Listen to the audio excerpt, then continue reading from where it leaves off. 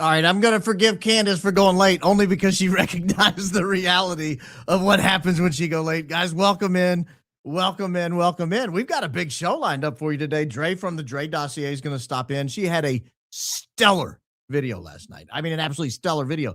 And I was going to cover it. I was going to break it down and outline it and go through it. But I had so many questions. I thought, man, I just need to call her and ask her some of these questions. So I called her and I was like, hey, will you just come on the show with me and just explain all this to everybody? Because your humble host is having trouble getting through the material. It's dense, but it's so important.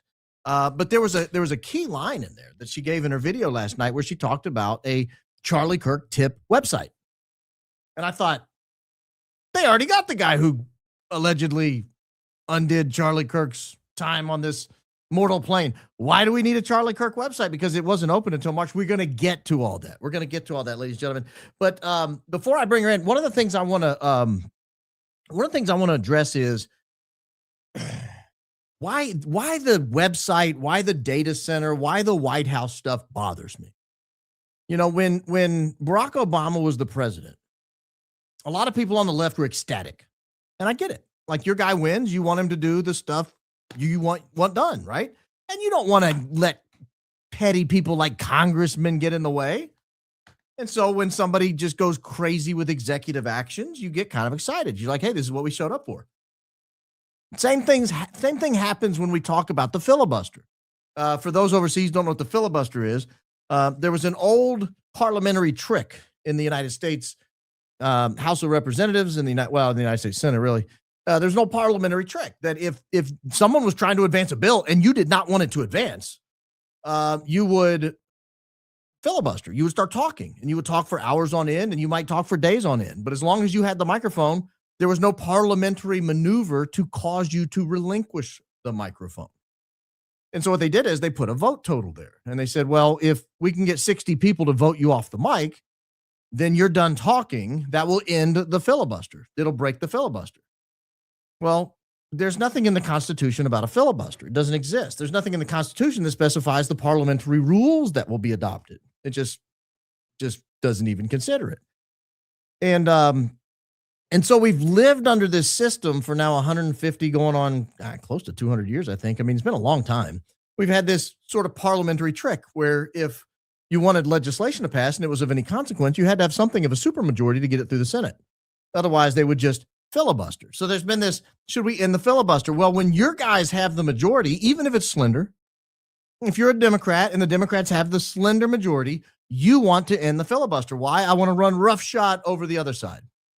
Likewise, if you're a Republican and your Republicans have a slim majority and there's some act out there, there's some bill out there, there's some legislation you want advanced, and the Democrats are filibustering it, and you can't get to 60 to break the filibuster, you can't get to 60 out of 100 senators to break the filibuster, then you want to end the filibuster. You want to cram your legislation through. Same goes with executive power. When Barack Obama was in the White House, Democrats were all about executive power. They loved it. They were enamored with it. They wanted more of it. They wanted it to be used more often. Cram through this, cram through that, sign this, sign that, drone this person, drone that person, and they were all excited about it. And Republicans sat back and wrung their hands. Oh, I can't believe what they're doing to us. That Obama's acting like a tyrant. Well, times change. As the pendulum of elections swings, sometimes it swings away from you, or sometimes it swings towards you. Well, it swings towards the Republicans for a few years. We have a Republican in office, and Republicans are just enamored with this executive power. And that's essentially what we're going to talk about tonight. What should the limits of executive power be? How much executive power should we give a president over things like our identity? Believe it or not, that's an issue we're going to talk about tonight. Who are we as humans? What rights do we have as Americans? And who should be able to accumulate all that information into a singular database? Who should be able to control the big machine that determines how we live our lives? So we're going to talk about that.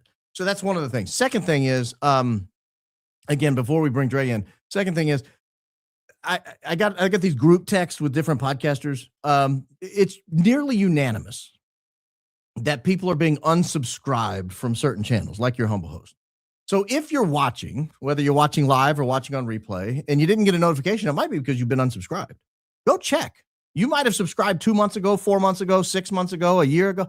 Go check that you're still subscribed. If not, resubscribe. YouTube, and I'm not knocking them, what they do is they try to eliminate bots. They don't want bots inflating subscriber numbers. So particular accounts that aren't very active sometimes get unsubscribed. If they don't comment, if they don't like, if they just, they just sort of exist, you start to perform a little bit like a paid bot account, and YouTube unsubscribes you from all your channels or a lot of your channels. And that sometimes happens. I'm giving them the benefit of the doubt there that that's what's happening, and it's not more nefarious than that. So if you've not subscribed or you think you've subscribed, just go double check. I looked, and actually Trigger Smart's page, I was unsubscribed on. I'm active on that page. I watch his videos like every day, but I was unsubscribed. So I had to go resubscribe. Most of the other channels I watch regularly, I was subscribed to. So I don't know when it happened, because I know a couple of weeks ago I got a notice from him. So I was subscribed at that time. So that's the second thing. Either subscribe or go back and check and make sure you're resubscribing if you intended to subscribe. Third thing, if you like the show, please hit the like button. I don't want to beg the whole show, but if you do enjoy the content that we provide here on a daily basis, hit the like button. It sends a notice to YouTube to push the video out in front of other people.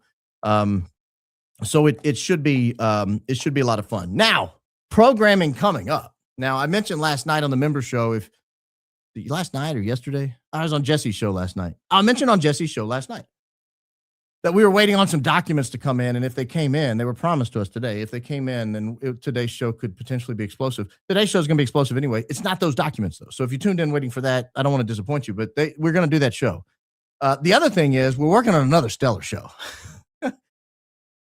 I don't know if it'll be tomorrow. I think it will be tomorrow. But when we release what we're working on right now, there will be people talking about it. This is going to be one of those shows that just sort of breaks things wide open. But it's not ready to go tonight, so we're not going to be doing that one. But when we bring Drey in, we're going to talk about the limits of executive power. If you've not had an opportunity, let me show you her page real quick. If you've not had an opportunity to go to her page and subscribe. And for those of you who picked up on it, yes, I'm stretching. She's running a few minutes behind. I saw someone mention that. Is she running late? A little. But if you go to her page, I want to show you this right here. This video, I think, is one of the more important videos that has come along in a long time. This is the type of video that, in my opinion, changes sort of the dynamic. It's this video right here. This is the one we're going to talk about tonight. I found a second vote.gov. It's registered to the White House. It's got 70,000 views. I think it deserves probably 10 times or more of views than that. When we go through it, I'm going to ask some of the questions I had as I was watching it. So hopefully if you watch this program and then go back and watch the original video, you will have an even better understanding of what she talks about. As sometimes happens, someone can get so familiar with a subject matter that they start assuming everybody else has the same level of knowledge. This is not Georgia Bulldog Red. I saw that come. This is Hoosier Red. Someone will have so much knowledge about a subject that they almost have trouble breaking it down to like a 5th grade level. It happens with experts. You hear them on TV, and sometimes you can't tell, are they being pretentious? Are they doing this on purpose? Are they trying to confuse everybody? Sometimes they're trying to sound smarter than they are because maybe they don't have a really firm grasp of what it is they're talking about. But I think oftentimes what it is they just are so familiar with the subject matter that they think everybody else has the knowledge. Mrs. Coleman used to complain about this with me. I would talk about things from work, and she would start laughing, and I'd say, what? She goes, I have no idea what you're saying. And I thought, well, how you know? Okay, I get it. So that kind of happens. So I think what we'll do tonight is we will introduce some of that. I do want to play the quick intro of it because, well, not that part of it. She sets up nicely what it is she's going to talk about, and it will give you an idea of where we're headed. So pay attention here, and you will get an idea of where we are headed tonight. This is setting up a discovery she made that I truly believe the federal government was trying to hide from her, me, and all of you, and everyone else in these United States of America. I genuinely feel like they intended to hide the reality that she has uncovered. That's why I think this is such an explosive story. That, my friends, is Joe Gebbia. He runs one of the most dangerous offices in the White House right now, and it's called the National Design Studio. Yeah, this is what I like to call DEFCON 1 territory, okay? Because what I believe they are doing is building a parallel federal government inside the executive branch on private infrastructure. And it is all being built by the same people who got sued the last time they touched any federal data. Now, Yeah, so that's where we're headed. They're building a parallel federal government, in her opinion, they're building a parallel federal government. What in the world is going on? Is she in a filter? That is. listen. Do you know who I am? Say it. I do. You're Teddy Roosevelt. Do they have a Teddy Roosevelt filter? No, this is my own garb. I had no idea. You know, Teddy Roosevelt's one of my all-time favorite presidents. Your favorite politician's favorite politician, Teddy Roosevelt, ladies and gents. Why are you dressed in that garb? Just because I said that I would. Oh. For half a second, and then we'll take it off. No, that's fine. I love it. I think it's fantastic. I've never had the opportunity to interview Teddy Roosevelt. Do you mind if I ask you a question or two? Yeah, as long as they're not hard, because I was homeschooled, so you know the history subjective. But yeah. Okay. So first thing, you famously gave a speech after you had been shot. You were shot in the chest, and then you gave a 44-minute speech after taking a gunshot. Wait, can I ask a question? Yeah. Are we live right now?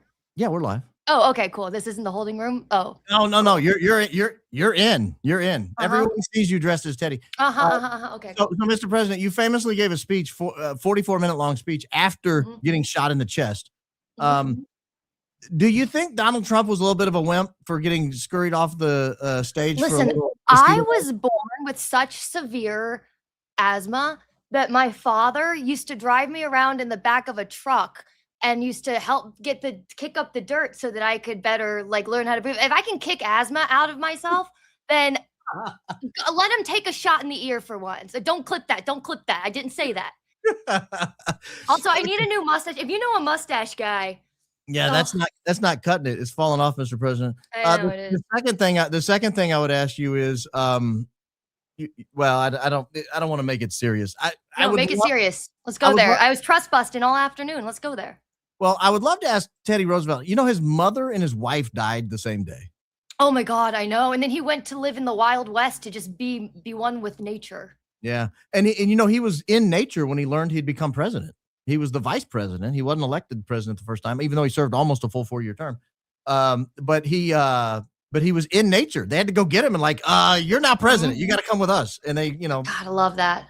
Love a good hero's tale. This is before jet airplanes. He had to horse and buggy his way. Oh, did you know on his honeymoon, he hiked the Matterhorn before his wife so he got up at 3 a.m. before his wife got out of bed, hiked the Matterhorn, and then was back in time for breakfast before she even woke up. That's a man. So if anybody, don't go look for this, anybody, but for a second before the Drey Dossier started, I started a Teddy Roosevelt TikTok account, and I was going to be like the anti-red pill where I'd be like, you want to be a real man? Let's talk about being a real man. And it didn't take off. Nobody really cared. And so it's still there somewhere, but you know. Oh, this is amazing. You know, I get a lot of heat because I only invite gingers on these days. So who's to say Teddy wasn't? All the pictures we see of him are black and white. That's a good point. You can't see it right now because I've moved the camera, but I have my favorite picture of Teddy Roosevelt is the one. Do you? Oh yeah, it's on my wall right here. It's him in uproarious laughter. Yeah. Make it bigger. No, that's the bottom. I believe you. The bottom of him all the way at the top up there. Yeah. Oh, nice. Yeah, he's great. He's in uproarious laughter. What would Teddy say about building a data center to house all of American private information under the White House? Is that in line with Teddy's politics? You know, something tells me that if he wasn't into the railroads, he probably wouldn't be into this. I feel like this would be a bit of a stretch, but he does, you know, he would be as suspicious. One of my last thing I'll say about Teddy before I take him off, because my mustache is really failing me here. I wear this costume too much. is that when he was in New York City, he was the, I believe, chief of police for a period of time before he was president.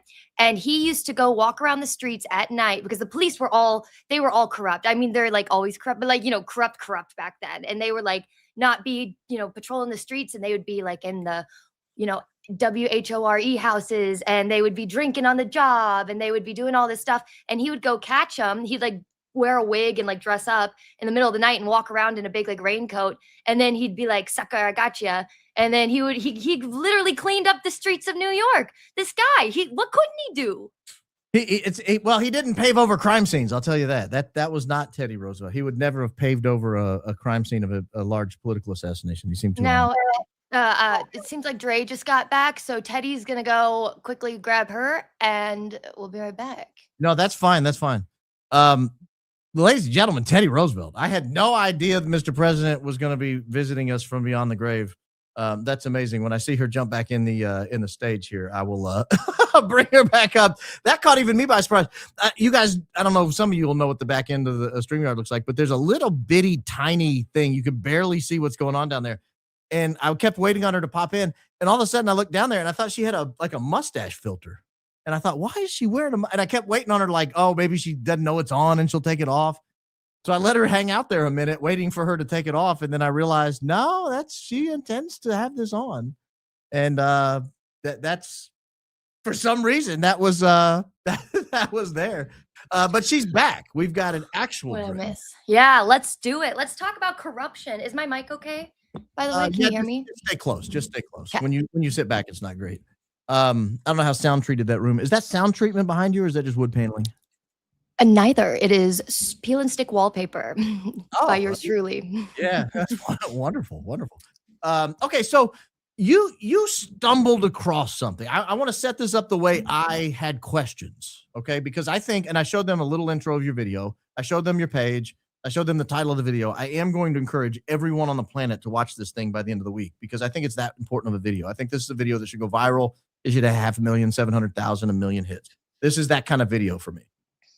But I was left with a lot of questions because you know so much about this stuff that that you moved really quickly through the material. So I want to slow it down. I want to dial it back, and in just short answers, I want to walk through how you got to this point, what you discovered, and what the implications are. So that's kind of how I have it outlined. So how you got to this point. You are dillying around on the internet.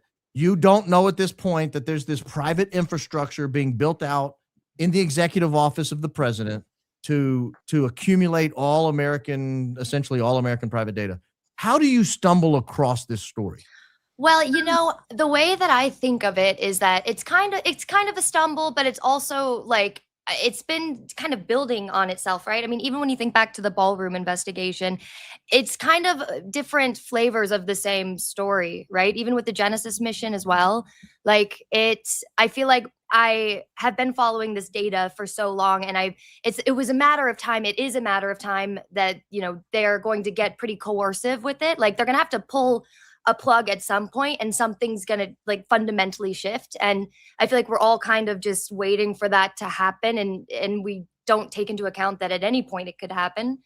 But yeah, I think that just given what I think about the underground alleged data center, and given, my feelings about what this Genesis mission is and the Solstice supercomputer and stuff, I knew kind of like what I said in my video, but that there was a piece that had to go in between those things. Like you can build an underground data center, but what data are you going to put in it?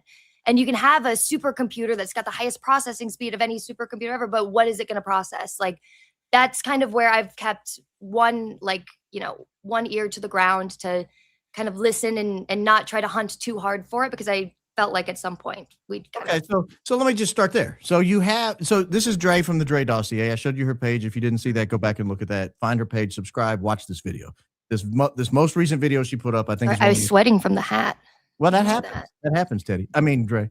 I think this video is one of the most important videos that I've come across in months. So I encourage people to watch it. So let me just set this up. So Drey from the Drey Dossier, she's done this research in the past. If you followed all your stuff, if you look at your Substack, if you watch your videos, you have taken because you're interested in corruption, you've taken this keen interest in data centers, data, how data flows, and you've come across the fact that this ballroom is actually the ballroom they're trying to build at the White House is actually sitting on top of what looks like to you, and you've convinced me, a massive computing operation, a massive potential, what we would call as a data center. Yeah, no, that's a better way to put it. Because I think when people hear data center, they think, oh, the big warehouse that Amazon's going to put up with all the smoke plumes and stuff. And it's a processing, computer center. So you come across this idea, you because you're chasing corruption, because you've linked this corruption to this processing power that they appear to be building under the ballroom. You realize, okay, they have all this ability to process, and if you're going to process, you have to process something. So we know what that is. But the question is, where's it coming from? What are they putting in there? Is that sort of where you started before you came across what you came across? Yeah. Well, and also I have to hand it to, Larry Ellison of Oracle, who has been really my guiding light through all of this, because he's done all of this in various capacities before. And so with, this particular situation, the only reason I took the approach I did in the way that I was kind of looking for this data is because of what Ellison and Oracle had been doing for the past 10 years up until 2024, when he was building those personal dossiers on some 5 billion Americans out of 8 billion Americans on Earth, mind you. 8 billion. And 8 billion. 8 billion, yeah, at the time. Well, when those numbers were run. 5 billion people. Yeah, he was creating these very detailed dossiers. And in 2024, he went to court over it and had to end up paying out $115 million lawsuit because, you can't really be keeping those kinds of things on people. And, I just think it was convenient timing, because with that, the way that he did it was quite clever. Like, he had all these websites that he would buy and he'd merge them together and he'd put little cookies on each website. So Blue Kai, for instance, would have this little invisible, like little box that would appear when you'd go onto the website, and you wouldn't see it or anything. And it would ping something to your browser. And then your browser would ping over to this other website that he bought that had like a couple of pixels that would be capturing information. Like, he had this way that he did it. And I remember studying that and I was like, that's so crazy. Like, what a crazy person thing to do. And given that he's the shadow president, Trump's words, not mine, the CEO of everything, I felt like he was probably a good indication of how to look at these websites that I was finding. So if we go back in time, you're building on, I think you're standing on the shoulders of giants and looking at the privacy angle to corruption. So go back to, did you ever see the movie Snowden or follow all that? I'm sure you did. Yeah, Edward Snowden. He was a little freak. I like him. He was a little while. And then you had Julian Assange. These are two people who were kind of famous for creating either an infrastructure to release secrets or just going as a contractor, grabbing the secrets and releasing them. But either way, both of those gentlemen kind of opened up our eyes a great deal to the fact that the federal government was sitting on a lot of secrets about the lives of American citizens and people around the world. But do we really care about, some guy in Swahili or whatever that does, I don't even know if that's a country. Well, it depends on what his genomes look like. You never know. That's true. But what I'm saying is, these people came years ago, some 5, 10, 15 years ago, and basically told us, hey, your federal government is weaponizing your data against you. And then they kind of went away because they were both persecuted or prosecuted, right? They both sort of went away. Didn't Snowden is he still in Russia, or did he? No, he is? Okay. Yeah. Julian Assange, I think, is in custody, and Edward Snowden's in Russia. He fled, I think, through Hong Kong to. Imagine having to flee to Russia for safety. Oh, God. Yeah. That's kind of a weird world, right? God. Yeah. And he's not. But and after they left, it kind of got quiet on the data front. There was the Vault 7 release a few years ago. I don't know if you followed that. Yeah. Well, to be fair, though, they had insider information, and I would love to be just very explicit about this. I know nothing that is not publicly available, right, to be persecuted to the fullness of law. No, yeah, they did have the insider. Like, he worked with the CIA very closely, and he was like, wow, what we're doing sucks. Like, we shouldn't. I remember I was in college at the time of Edward Snowden's big leaks, and I was coming out of my family was conservative growing up and stuff, living in the South. And I was very much of the mind, I'm like, well, I don't have anything to hide. So who cares if they're listening to my phone calls, kind of, 18-year-old mindset. Right. And wow, yeah, like what a time of with that information. I mean, imagine making the decision to release that kind of information. Like Well, that's yeah, that's what's going to different. happen. Yeah, you know exactly what's going to happen. So that's sort of the background, though. So you enter the stage. I think you've become, in my mind, one of the go-to people on this particular issue, the weaponization of data against Americans by the government, the weaponization of data by the government against its own citizens, or at least the potential for it. So you know all this, you have this background, you've kind of figured out, sort of famously in the last few months, that something's going on under the ballroom, and it's a massive processing center. It's going to require a lot of data. Where's the data going to come from? Now, talk me through what you've done the last few weeks to try to bridge that gap and answer that question. Well, I think the Genesis mission was probably my first So stop right there. investigation. What's that? What's the Genesis mission? The Genesis mission is the Manhattan Project for the Future of AI, is the mission statement. It is the so the DOE, the Department of Energy. It's actually a fascinating story. So the Manhattan Project, as we all know, created the bomb, the atomic The nuke. bomb, and there were all of these secret laboratories in, one in Tennessee, in Texas, or New Mexico, all of these different laboratories. And there were all these scientists that, would live there and didn't know that they were building. Okay, whatever. I don't need to go into those stories. But the Manhattan Project, out of that was born the Department of Energy. The Department of Energy essentially was this, handshake between the government and science, and the privatized, part of science, saying, look, we know that science needs to allow for some level of experimentation in order to work.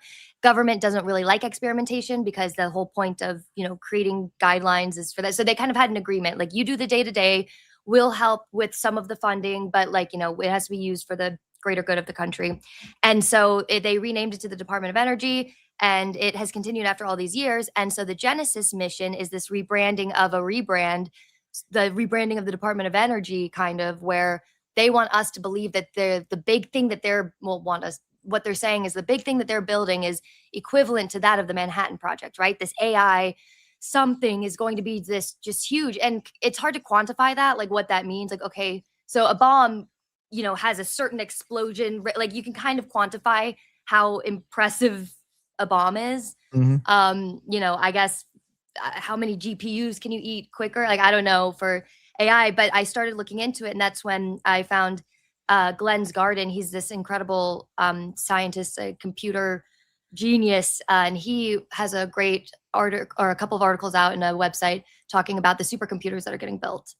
And that's So how I you're found Ellison's. so you're looking at Genesis. It puts you on to Larry Ellison. So with that background, how do you end up on what you discovered here in the last, I don't know, a couple of weeks? Or Well, whatever I think the you reported on yesterday? supercomputer was that kind of pivot, because I've been obsessed with that, because according to Glenn, who worked with the Department of Energy, he and I connected, he said that right now the only supercomputer that doesn't have a home is Solstice. So they're building at Argonne 2 supercomputers, and one of them is going to live at Argonne, and each lab has a supercomputer.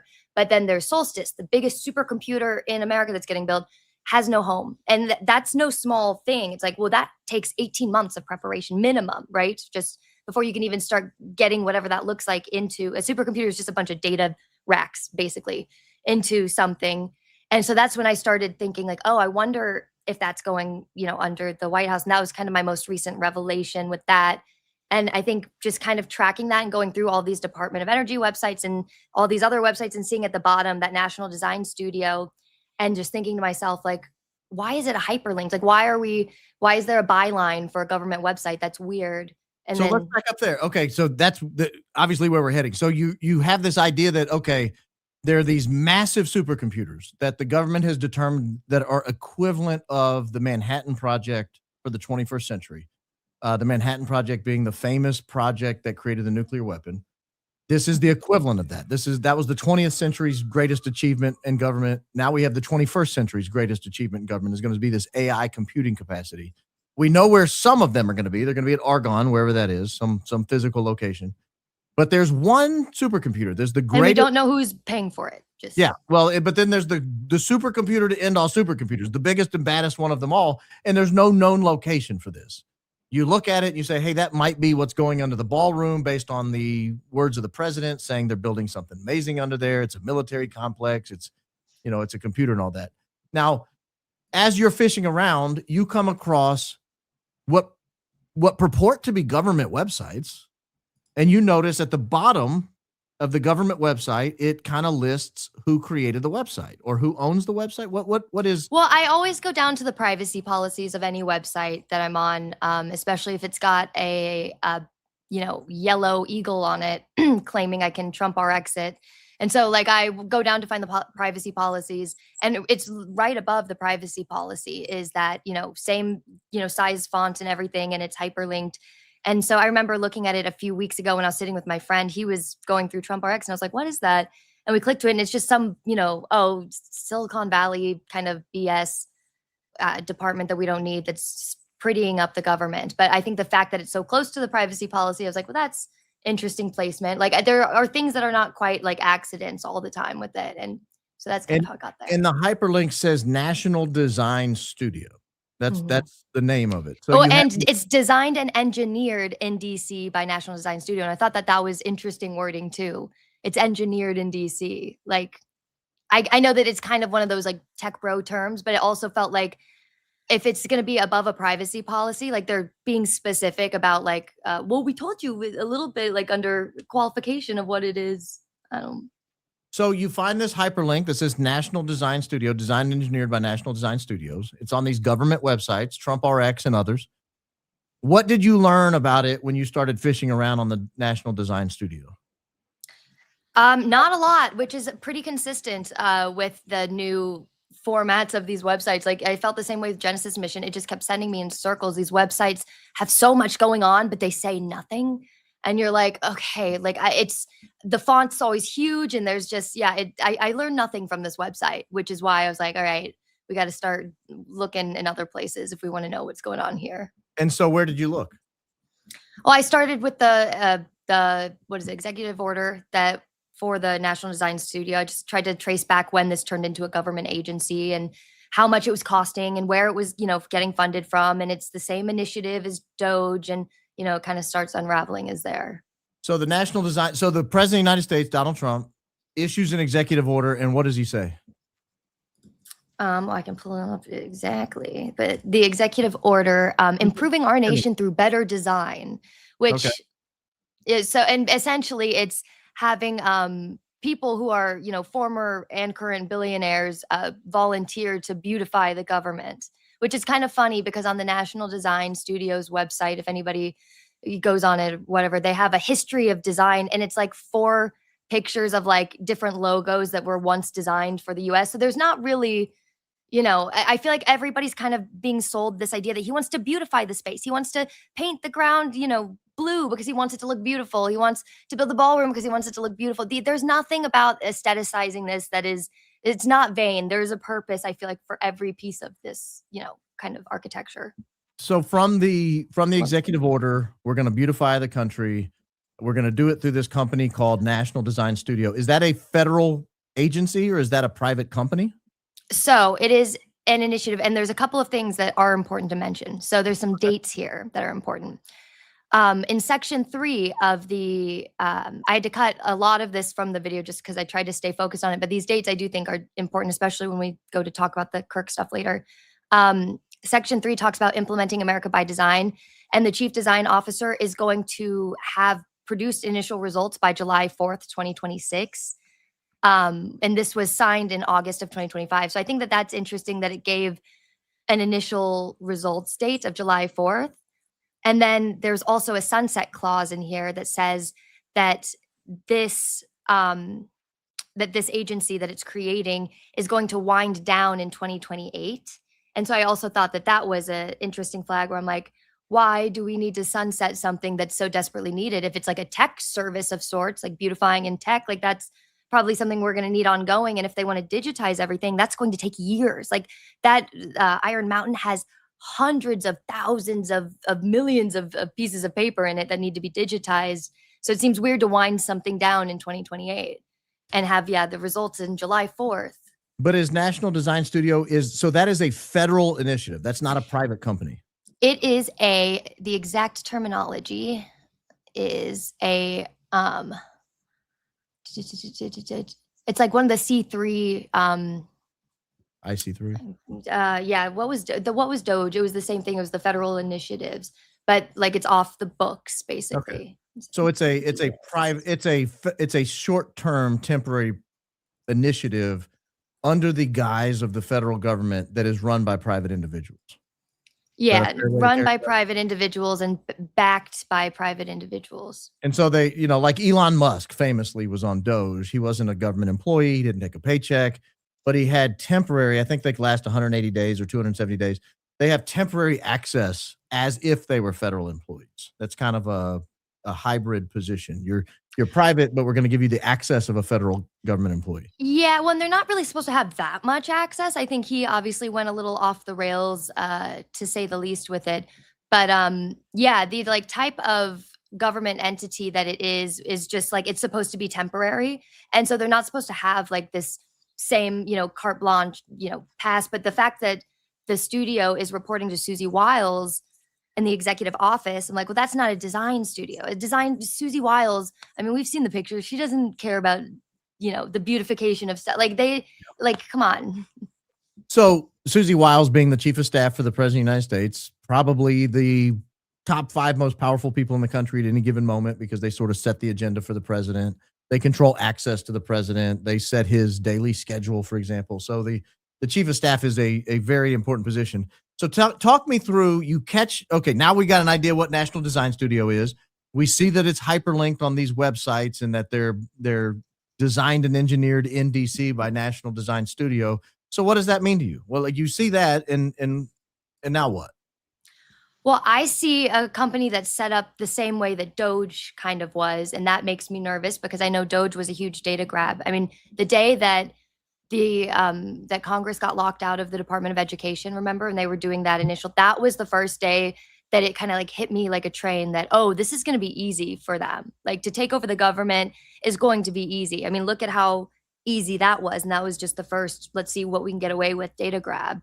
And so seeing the same structure. And then when I started kind of pulling on the threads of the people behind it, like Joe Gebbia, and saw the, oh, he was on the Tesla board. Oh, he took Ellison's seat on the Tesla board. Oh, he was with DOGE. Like, oh, that's when my brain starts putting together all those other threads. Well, let's put the people in place. So we have the National Design Studio. That doesn't mean anything to me at the moment because, I'm watching your video. I've just heard the word for the first time. Who is on the National Design Studio? You just mentioned Joe Gebbia.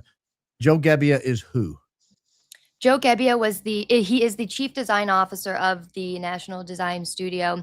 Current former CEO of Airbnb. He stepped back in 2022 though. And why does that raise a red flag for you that he's on the National Design Studio? I mean, it doesn't until it does. Like I found that interview of him when I was trying to learn about him, and I was listening to him talk, and he brought up Peter Thiel and all of the foundations and Kushner and stuff. And I was like, oh, well, okay. So we see where the alignment is here. My feelings of Airbnb aside, seeing that he was a part of DOGE is just a huge red flag for me. And it just seemed like, the way that he was talking about the design studio, he referred to it as like, we're doing something like the Manhattan Project. Like he used those terms too. And I was like, oh no, is this like part of this Genesis mission situation? And so he just kind of set off general, like, oh, this is unwell. I feel unwell about this. Are there any other former DOGE employees that are on the National? Oh yeah.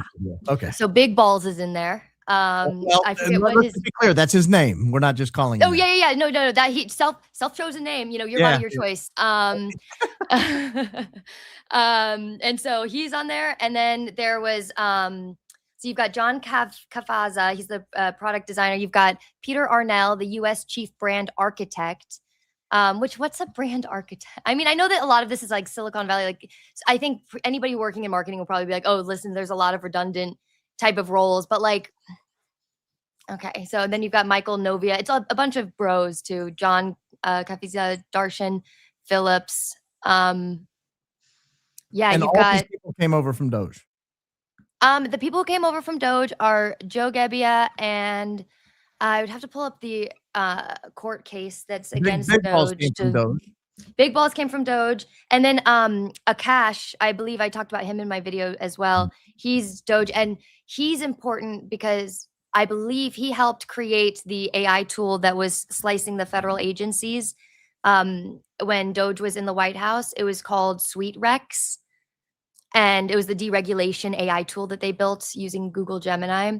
I believe he was a part of that, but I'd have to, So we have the background, we have the formation of the entity, we have the name of the entity, we have the types of people who work there and the sort of things they're doing. Now, knowing that we're here, where do you go next to say, hey, this is a problem? Because right now these are just some people, and maybe they worked at a department you did or didn't like, and this is a kind of a weird effort to beautify the electronic architecture or the user interfaces people see. Where do you go, oh my gosh, we've got a problem?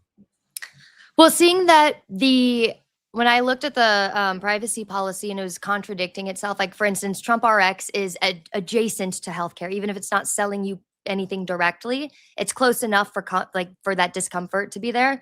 And so seeing that there was another hyperlinked website, that made me nervous because it was being hosted on a different agency site, like that hyperlink. And we don't normally, within federal governments, you can't go on the IRS government and have a hyperlink to the FBI page and stuff, right? And just knowing the little bit that I do about data and the cross-contamination of stuff, it just made me nervous that maybe, and knowing what I know about Larry Ellison, that could those pages talk to each other at all? And so let's look at the code. Let's see what's going on there. Let's see how many heat maps are going when I'm on this website. What are they wanting from me? If they don't want to sell me drugs, if they don't want to sell me healthcare, or like they're trying to bring, like they're getting something from me, if not money. And so it's usually data when it's not money. So how did you find out whether or not they were collecting data from you? You do your little inspect search, your little right click on any website, you can do it. And you go into the artifacts like area where the cookies are and stuff. And like, I don't know everything off the top of my head. So I'm Googling stuff on the side where I'm looking at, okay, well, it says it's running this and this. What's post hog? What is it doing? And where does it go? And so, you can see how the rabbit hole just takes a lot of turns probably quickly. So you jump on Trump RX, for example, just one of the websites that this National Design Studio is hyperlinked on. You do your inspect of the source. You see there are some programs running. What do you discover about those programs relative to how your data is being treated? Well, they're collecting a lot of data. They have True checked for pretty much everything. And PostHog is a private company, which is fine. The government can use private companies to host, to help collect some data. But the key word is some, because the difference is when you're on a federal website versus any other website, like the website we're on right now, or like, social media and stuff, there are laws about how much information the government is allowed to get from you without your consent and knowledge. And those are all these privacy acts that we have. And so, seeing any bit of, like, when you go to any other, website, like if you go to the Delaware LLC website or whatever, and you click that, you're not going to see any kind of routing where something leaves the website and comes back to it, because leaving it is putting your data at risk. And that's going against the federal law of what they're allowed to do with your data and not, especially if it's not anonymized. And I saw that my IP was not anonymized. I saw that they had given me a location. I was on all of my separate browser stuff, but it was like pinpointing my locations. And yeah, it was just every time I refreshed it, it was immediately just pinging stuff out of that website. And so that's why the hyperlinks to all these other websites is like, let's make sure we know where it's going. You go to Trump RX. While you're fishing around, you think, I wonder what's going on the back end of this computer on this website. You inspect the source. You see it's calling the data from the source, from Trump RX. It's pulling your data, your non-anonymized data, your IP address, your location, and others. It's pulling it to a private company. Is that what you said? PostHog is a private company? Yeah, it's a private company, but the government does use private companies like that, from time to time. But what it is it's a malleable company. So you can create your own level of security. So typically with federal websites, it's a very, very secure, they can make it lock it down very tightly. And so the fact that I'm seeing visible on this page that there's all of this, all of these asterisks and letting all of these reports, masking all inputs and as false and this and that going out, that just, from my bare minimum knowledge of code, does not look safe. And so if it's a federal website that's adjacent to healthcare, And so do we know what the private company is doing with this non-anonymized data they're getting? Do we know? Because this data is being transmitted. It's not at rest. I don't think the government knows that this data is being tracked. Like, that's the thing, is like, I feel like there's no way that the government right now is keeping track of what data is being tracked, like, or if that these privacy laws are being infringed upon. I can't imagine that they do. So no, I don't think that they have, and that would be our only way to know what's going on. I mean, they can't even figure out what's going on under the ballroom. You're talking about the congressional folks? Yeah, sorry, the congressional. Okay. Yeah, like that's how we would know how our data is being used, right? But if it's data being transmitted and it's going to a private entity, how are you concerned that it's making its way into the, we'll just call it a data center for lack of a better phrase? What's processing through a post hog is like the processing. So it's not storing the data there, it's pinging it. It's like when you make a phone call and it hits the telephone tower, that's a safe telephone tower. But the fact that NDS Studios has all of these subdomains under it, which is when I was pulling at this, is what I started finding. I was like, well, where are they storing this data? If it's pinging over there and I'm on Trump RX and there's this national design studio that's hyperlinked to it, and this post hog code is saying that it's routing through NDS, like that means that that NDS is storing stuff. And if it's storing stuff, then that means there are probably other subdomains that are storing it as well. And that's okay. This is why I wanted to have you on. This is clarifying it for me. Your concern is not that post hog is storing all the data. Your concern is that post hog is pulling your data to be stored by the federal government somewhere, and you don't know where that somewhere is. So yeah, post hog is allowing analytics at a granular level that the federal government is not allowed to get from us without our explicit permission. That's what post hog is doing. Okay. And post hog does that with a lot of websites. That's just what their company is. Like it or not, that's what it is. So that would be an intentional design inclusion. Somebody designed this website, intentionally included this post hog. Post hog is configurable. So it's a legitimate, widely used product analytics platform that Silicon Valley uses a lot. And it's got configurable alternatives, right, to Google Analytics and stuff. So it can be safer than Google Analytics, which is great. But you can see in the script whether or not something is configured, how safely it is, right? And when you see these pings going off all the time and you're seeing that it's routing and bouncing through your domain, and then it's going to another domain, you can see that that's not exactly safe, because the second data makes one ping outside of wherever you are, where your location is, it's vulnerable. Like no matter what is, which is why the federal government has its own servers that are the federal government servers, and they have backups that are papers in Iron Mountain. So were you able to determine where the data ultimately is resting? Or you're just surmising it went to this back door that was it was locked shut. So the subdomains, when I was pulling on those threads, like there was that one 150 line piece of code that was built on only NDS's studios, that was their own custom script code that was the always active monitoring. And that didn't have like a post hog situation with it. My friend who looked at it, and he's like, I think that it's tracking through here, and this is one of the like later stages of it, or whatever he said in my video. I'm not being as eloquent about it, but when we tried to trace that back, it dead ends. Everything was locked behind that Cloudflare. The love is a skill. Okay, so it's a good time to transition. So now we know data's going somewhere. We don't know where it's going. It's going behind some locked door. We don't know whether we assume that's the, but we know it's a private server because it kept hitting NDS as the not .govs. So you've got TrumpRx.gov, but it's actually going to an NDS website, and is where that data was going. Okay. So you say, hey, if TrumpRx is doing this, are there other websites doing this as well? What do you find? Well, I go to the NDS Studios website to see what they're willing to share that they have worked on. So it's the Federal Food Commission, or the RFK's Food Federal Commission, I think it is. I'll pull it up right now. They have Trump RX, Real Food 2026, realfood.gov. And so these are all .gov websites. So there's this sense of, oh, okay, it's government websites. But when you look at where the code is pinging around to, it ends up on a .nds.gov website, which is a different domain.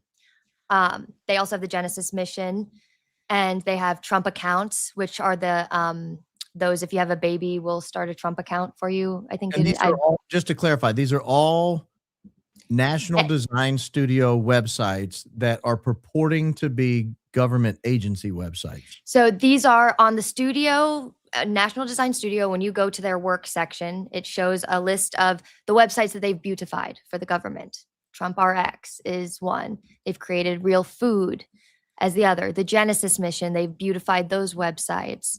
The Trump accounts, they've beautified those websites. So they're this aesthetic layer to the government. Some of these are new, like Tech Force is a new government agency, but like Safe DC is not necessarily a new, this is part of a different initiative that's a different government entity. And what's interesting about Safe DC is I didn't see the same post hog script running through Safe DC. And I think that that's because it's still heavily attached to like the FBI and like the local policing there. And it's not its own separate thing like Real Food is or Tech Force.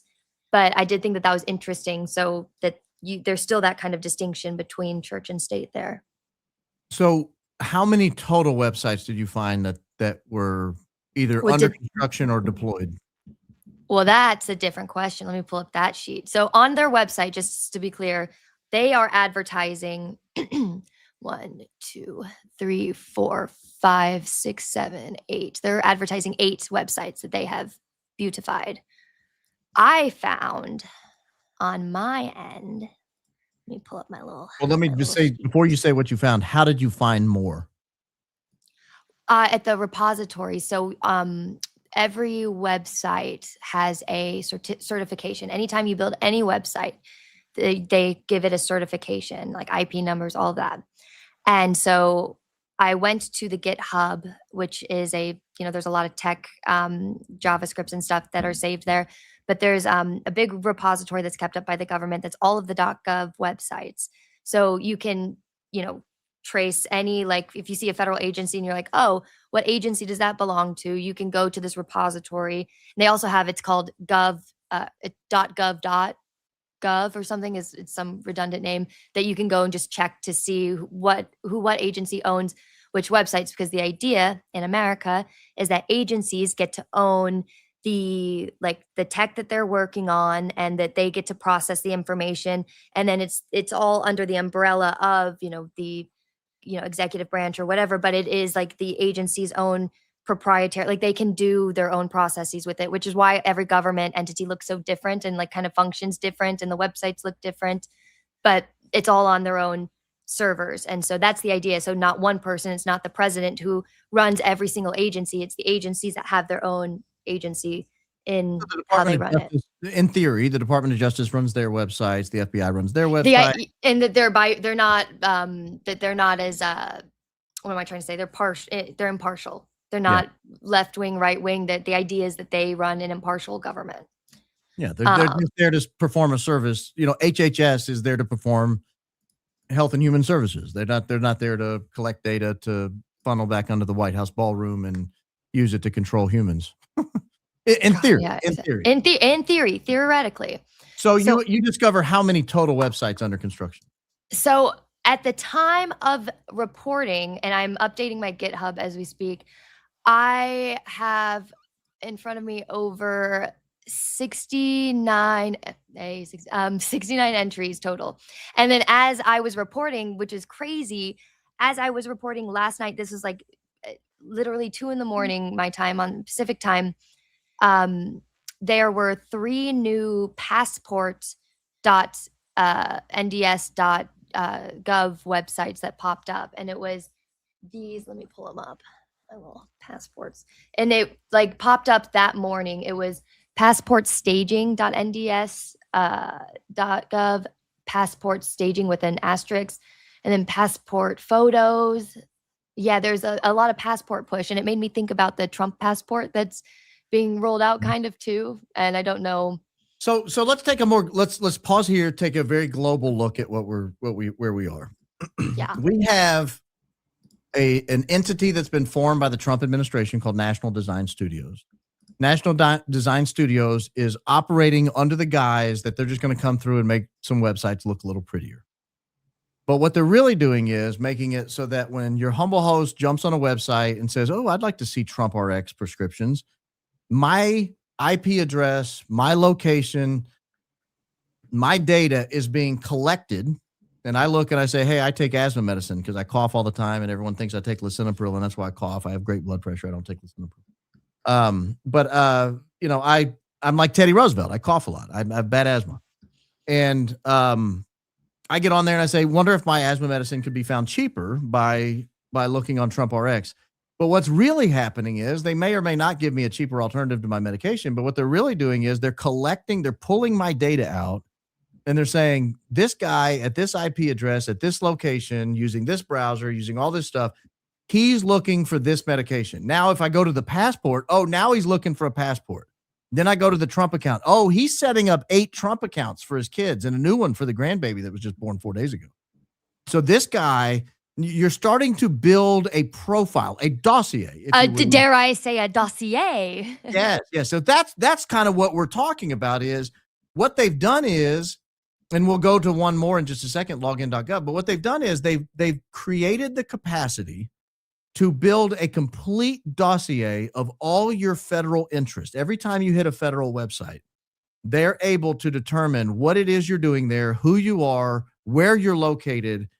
And in an instant, they can pull this into their servers, and then now they can run their AI processes on it. Now, in theory, what my thought is, and I'll go ahead and spoil the surprise, consumer data is readily available. Healthcare data is readily available. Cell phone location data is readily available. Car location data, very readily available.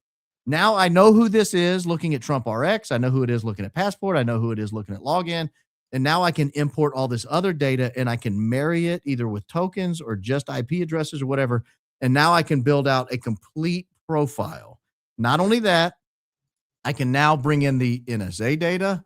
I can look at your emails. I can look at your telephone records. I can look at your text messages, your pictures you take. I can look at the websites you browse, what kind of weird stuff you look at after 11 o'clock at night. I can put all this together and now I own you. Now I own you. And if the federal government is putting a program together like this, it's nice that somebody out there like Drey is able to tell us, oh, by the way, here it is in action. We're watching it be constructed in real time. At 3 a.m., you're seeing new They're websites popping them up. Yeah, it's insane to watch. And even today, like I was on a walk and like trying to update it and stuff. And I'm pulling it from my phone right now so I can just look at my updated list. But yeah, it's insane. I mean, even just like, so 69 is conservative, right? I've added today alone like another 12, it looks like, to my thing. So yeah, and some of them are so the thing is, and without getting too technical on it, some of them are reachable where which means you get to the subdomain and then it's behind like a wall, but like it doesn't give you a 404 error when you try to go to the web page. So it's like alive in that way. And then there were some of them, which is, like the his board of peace, right? Like when you go to hit that HTTP status, it will give you like a bunch of error signs, or it'll shut you down. It'll be like, this is under like lock and code. So that means you have to be like on the actual infrastructure to get to it. Wouldn't it be nice to have some privacy? Like we all know that. But yeah, so that's what's tough. And so I have like all of these as I'm looking at it, like green, like the ones that I could actually get to, and then others where it like sends you to an unknown domain, and then some, random IP addresses. But the certifications I think are really interesting. And then the last certified, meaning that they were updated, is really interesting to me too. But the fascinating part to me is, so and we could talk about login, because I think login is the second most interesting part of this. Login.gov, or ID.me, if you've ever interacted with any federal website and where you have to pay taxes, get your information, order an IRS transcript, like if you've ever had to do any of these things, then you've had to open a login.gov or ID.me account. If you enroll in Medicare, Medicaid, you get on, there's all these different reasons you would have to open one of these accounts. I think you said in your video there's like 150 million or 175 million people so far have opened. 150 million, yeah. And I've done it. I've opened an account. I forget for what, but yeah, they're like these logins that you have to scan. You're like do the geometric or whatever you call it to get in, and it's your literal pass key for everything else. Like, oh, don't worry, now you can get in if you want to look at your tax returns or if you Yep. want to, whatever. Yeah. And you're saying that login.gov has this same capacity by the National Design Studio? Yeah. Well, I mean, so Or it's going again, to? all I know is that the guy who is running login.gov, which let me pull his name really quick. He was a part of DOGE and he's running it, and so that's just enough concern. Greg Hogan is running login.gov, and he was on DOGE, and so now him proofing the identity services is just a whole, like, aren't they in court right now? Like, that doesn't feel good. No, and so we look at China and we say, oh, they have a social credit score system. That's so terrible. Well, this is how you would build one of those out. This is what you would do. Who do you think built it for China? Ellison built this for them, right when Tiananmen Square. Sorry. Right. Insane. And so it looks, to your humble host, it looks like me looking in, this is the infrastructure build out. And if you're right about the ballroom hosting the processing capacity and potentially the storage capacity, it looks like it could all be run out of the office of the presidency. You mentioned vote.gov as well, where they were going to require everybody to register to vote through this system, or at least require the states to register everybody through this system in order to quote unquote verify citizenship. I'm all in favor of verifying citizenship of people who cast votes in federal elections. That doesn't concern me at all. Yeah, protecting elections is good. Yeah, but what concerns me is, are we dual purposing these registrations? Are we, on the one hand, saying we just want to make sure this person's a citizen, or are we storing the data on this person, and then when they log in to verify, or they log in to register, or they log in to update, now we've captured their location, their IP address, and now we can start pinning all of their electronic activity to this one name, this one ID. That's kind of that's how it always works. It always starts with immigration. Like, and it sucks that that's the case, because there's obviously healthy arguments for both sides of needing, to be on top of immigration, but then, also there's a lot of layers to it, but it always gets weaponized, because between that and going to war, those are the only two ways you have any justification for locking down more of your citizens. Oh, well, we're in war right now, so we have to take away your ability to access Planet Labs, right? Like, it's just because we're at war right now. And it's these tightened grips that always get tighter, because when the war ceases, it doesn't. It just gets turned inwards on its own people. And the immigration then gets turned in on its own people. And that's why that's that slippery slope. I mean, you go back to the founding of the country, or even back in Teddy Roosevelt's days. If Teddy Roosevelt in the early 1900s, while he was president, if they came to him and said, Mr. President, we're going to not even pass a law. The White House is going to start going into everyone's house and reading all of their journals, reading their mail. People would have panicked. People would have freaked out. It would have caused a national controversy. No one would have been okay with it. But because it's our email, it's our text messages, it's our phone calls, it's our voicemails, it's our browsing history, everybody's just like, well, it seems complex. I really don't understand it. That's why I wanted to have you on, because I watched the video and I was terrified. My concern was that I wouldn't be able to explain it, why it was so terrifying. I needed you to come in and kind of walk me through. And it's hard to do it in, like, because, when you've been in too deep for too long, it's kind of hard to get that, zoom out, explain it like I'm in 5th grade mentality. Because it is, it's like, okay, well, the bunker was where it started, but then it built on the Genesis mission, and then it built on this. And now we have a voter verification citizenship thing, which, by the way, that registration mandate that was public, that was, done in the White House, where I think they said, on the same day that on March 2026, on the same day that Kirk Tipline was registered, which we'll get to in a minute, was the same day that they cast this voter registration 90-day countdown for getting people to citizen verified, like, voter lists. They have a 90-day deadline for that in June 2026. So let's switch to the Kirk thing for just a second. It's good that you brought it up because it's a good time to switch to it because I think it's going to make a broader point. I'm concerned about the Kirk tip line, but I'm concerned about it for two reasons. Mhm. Tell me what you found about the Charlie Kirk investigation tip line. Not a lot. And as I told Barron in that I'm not as in deep with the Kirk stuff, so he's like my go-to for that. But finding it just in general was alarming. So what I found in it was that its certification was in March. Let me pull up the exact day for you. It was March 13th or 14th. March 13th, yeah. It was March 13th. Yeah, March 13th, 2026 was the certification for it. And obviously that is alarming for a couple of reasons because, he was killed in September of 2025, right?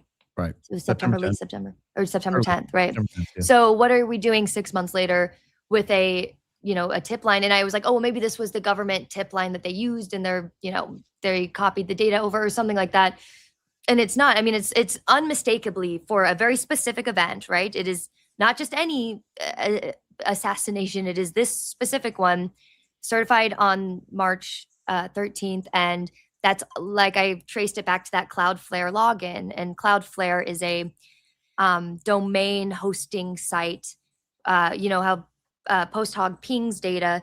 Cloudflare allows you to host under its domains, and that's where all the NDS stuff is. And the love is a what is it? Love is a skill.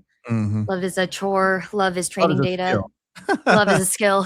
So here's why that bothered me. So what she's saying is the federal government had an FBI tip line established in the immediate hours after the Charlie Kirk assassination. The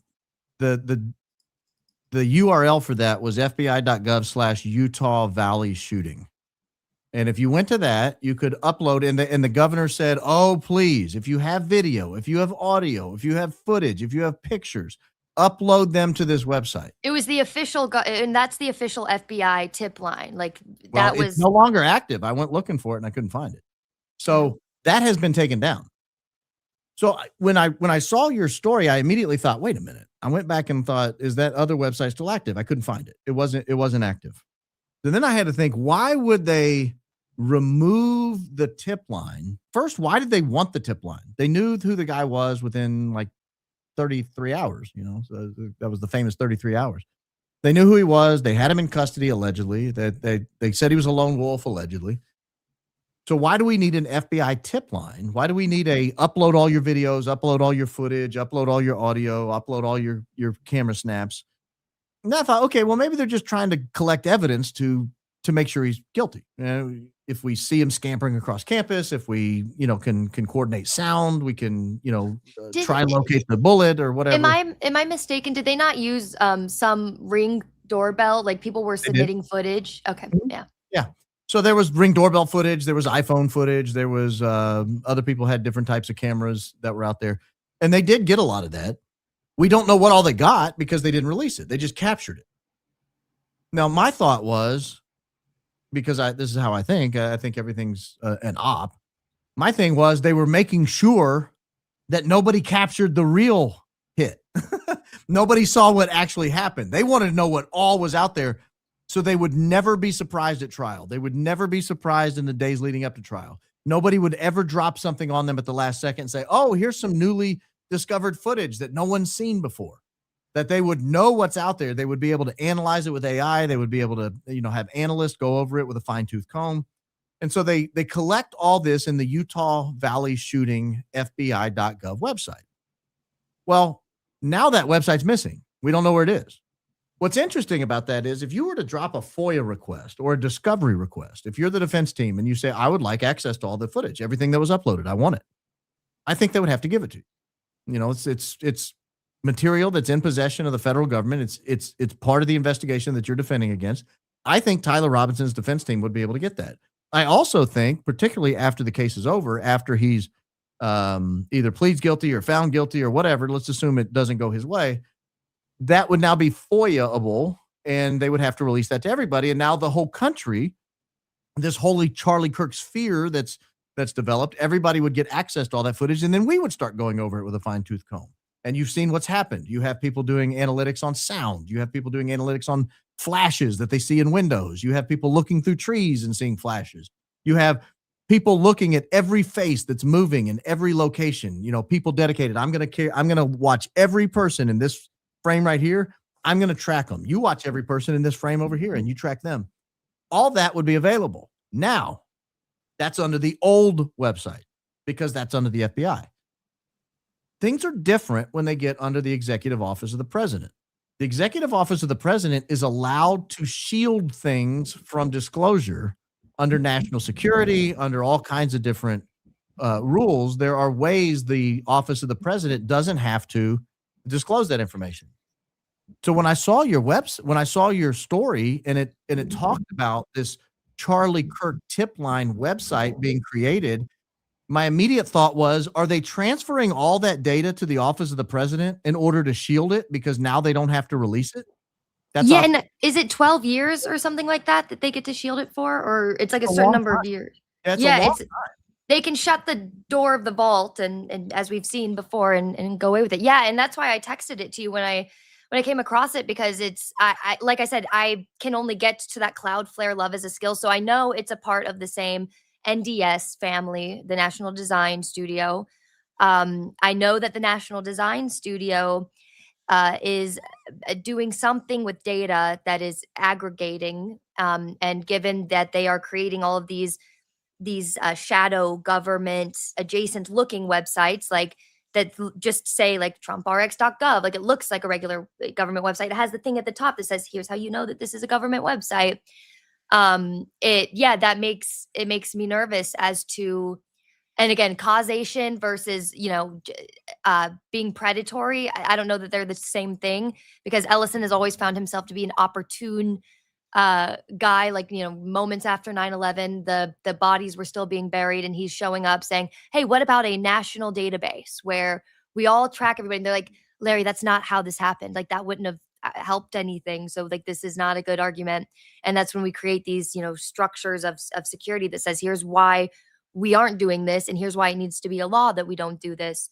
And so just the idea of the vulnerability of people who were scared for what happened to Charlie Kirk, and they felt like they genuinely wanted to help, or they're more politically motivated people, right? They're people who are in touch. They're young college kids. They're, people who are there. There's a lot of data there's the data you give them, and then there's the data while you're on the website giving them the thing that they can get like at the same time. So I just knowing the dossiers that these guys can build, I don't like it.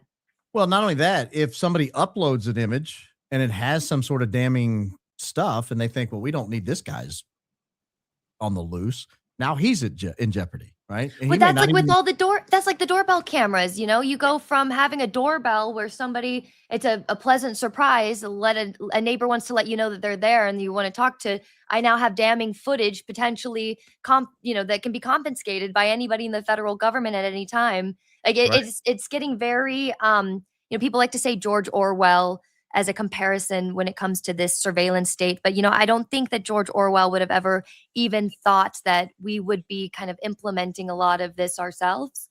Like the state didn't even have to come do it. Like we just on a Saturday, we went to the hardware store and got a $30 camera and screwed it in. And there's not a novel really about that. Well, and the Charlie Kirk tip line really bothers me for a lot of reasons. One is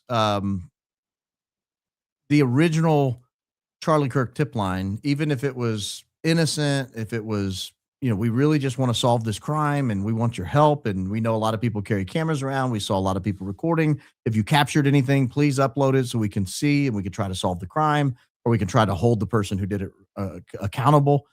Like, that's an innocent enough explanation. But if you think about it, you could do a lot of really nefarious stuff with that. Who uploaded it, where they live, know who they are.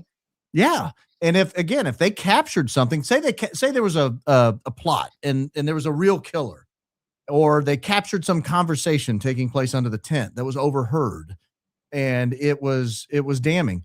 Well, you may not even realize what you've captured But now they come to your house and they confiscate your phone, or worse, they just do away with you. Like you're Well, gone. look at your phone. So when on iPhone, for instance, if you send somebody a picture from one iPhone to another, if you have certain permissions enabled, if you sent me a picture right now that you took from 2024, where you're in, Nashville at a specific bar or whatever, I can click information on that photo today on my iPhone, even if you just send it to me, and see all of that information myself, because our phones can communicate. So to think about like just uploading something to a database where you don't know what kind of servers it's running on or what kind of technology it's running on, what kind of information you could be giving them at any given moment from it, like that, their data is so layered. And that's why JavaScript, you see all these lines and numbers and they just get longer and longer and longer. And it's like, there's a lot to be taken there. So now I want to take one more step on the Charlie Kirk tip line that they're creating. And what you're suggesting is that the same infrastructure, I'm sorry, I had to hush my dog.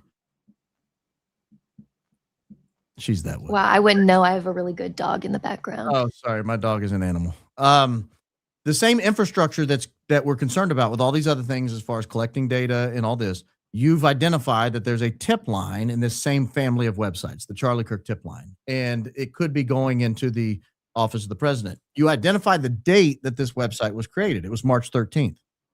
What drew my attention to that, as soon as you told me the date, my mind immediately went to the fact that Joe Kent resigned sometime in March. And I knew that. I just like, wait a minute, that's when Joe Kent resigned. And Joe Kent resigned. And one of the things he was frustrated with was he thought that there was a potential foreign component, that he thought there were creditable tips of a potential foreign involvement in the removal of Charlie Kirk. And he wanted to investigate it. And when he went to the FBI to try to get access to the files to begin that investigation, according to Joe Kent, he was rebuffed. You're not allowed to look at that. We're going to handle it. Even though you are the counterterrorism director, we're not going to let you determine whether there's a counterterrorism component here.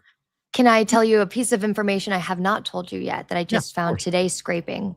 So the NDS FBI Kirk tip line preview, the root of that, which is FBI-Kirk-tipline.gov, it was never put in CISA, which is the official certification for government websites.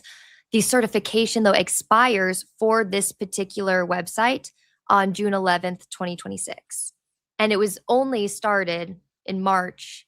And like the other certifications I'm looking at, for various websites, some of them go through until 2027, 2028. Some of them are shorter. But I think it's notable, like we have July 4th in the executive order of National Design Studio is when they're going to start seeing results. That's the dates that they've given, a year after they've given this new design studio. And then, this tip line, various things are kind of popping up right now in April and March and, May. There's a lot of these websites popping up, but I think it's interesting. June 11th is specifically when that certification expires. They might renew it.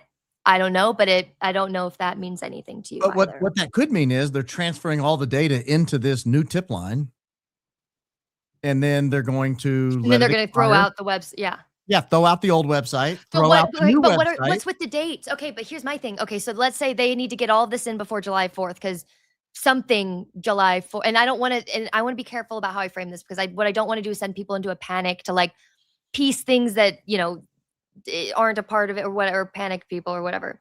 There's not any, from what I can tell, it just seems like there's an end date of like transferring of some sort of technology. And the ones that freak me out, not unlike the Kirk one, is the vote.gov, the various versions of that, and then the passport ones. And I'm wondering if there's going to be like a kind of silent changeover of .govs. Like, how would we know other than it'd be a really crappy designed website? But well, yeah, I mean, that's one way, but if you transfer it over, but going back to the Joe Kent thing. So Joe Kent had a hunch, or he said he saw tips that indicated there potentially was foreign involvement in the Charlie Kirk assassination.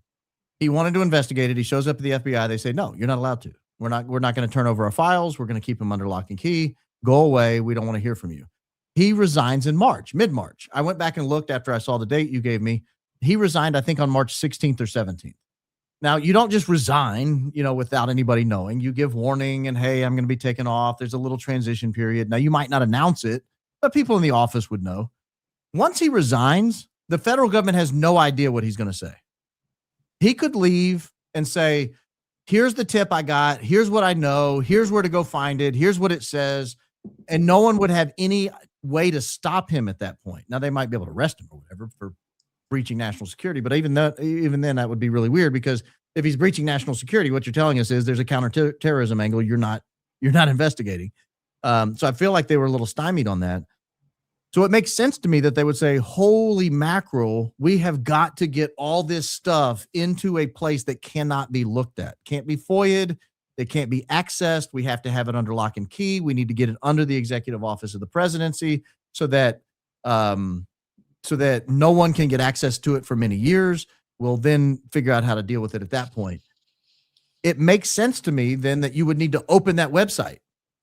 And you would need to transfer everything over there, because you can't just say, we're just hiding it from you, Mr. Judge. I'm not going to let you see it. You've got to say, no. That website that they're talking about, that was shut down. There's a new website open, and it's under the office of the president. You can't get it. But then even like zooming out too, because like there's all of these, I'm looking at the, beyond the passport, there's one for Pfizer. There's all of these different America by Design and Genesis and all this stuff. Think about when they started building the ballroom. It was July of last year, right? Is when they decided sometime that they were like, we're going to start breaking ground. They just started tearing stuff down. So like it seems as though if the National Design Studios got this end date, like they need to get all of this data transferred over. And I'm sure that there's probably reasons it seems, weird to create this so late in the game. Like, why not make this in January or like at any other time, really?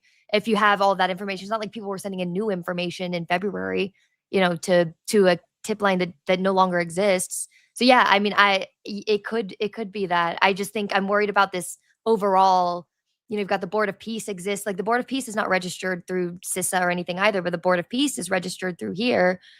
And so yeah, I just wonder. I don't like that July 4th date, and he's like redoing the reflecting pond for July 4th. That like they're preparing for some like unveil of something that like I don't know.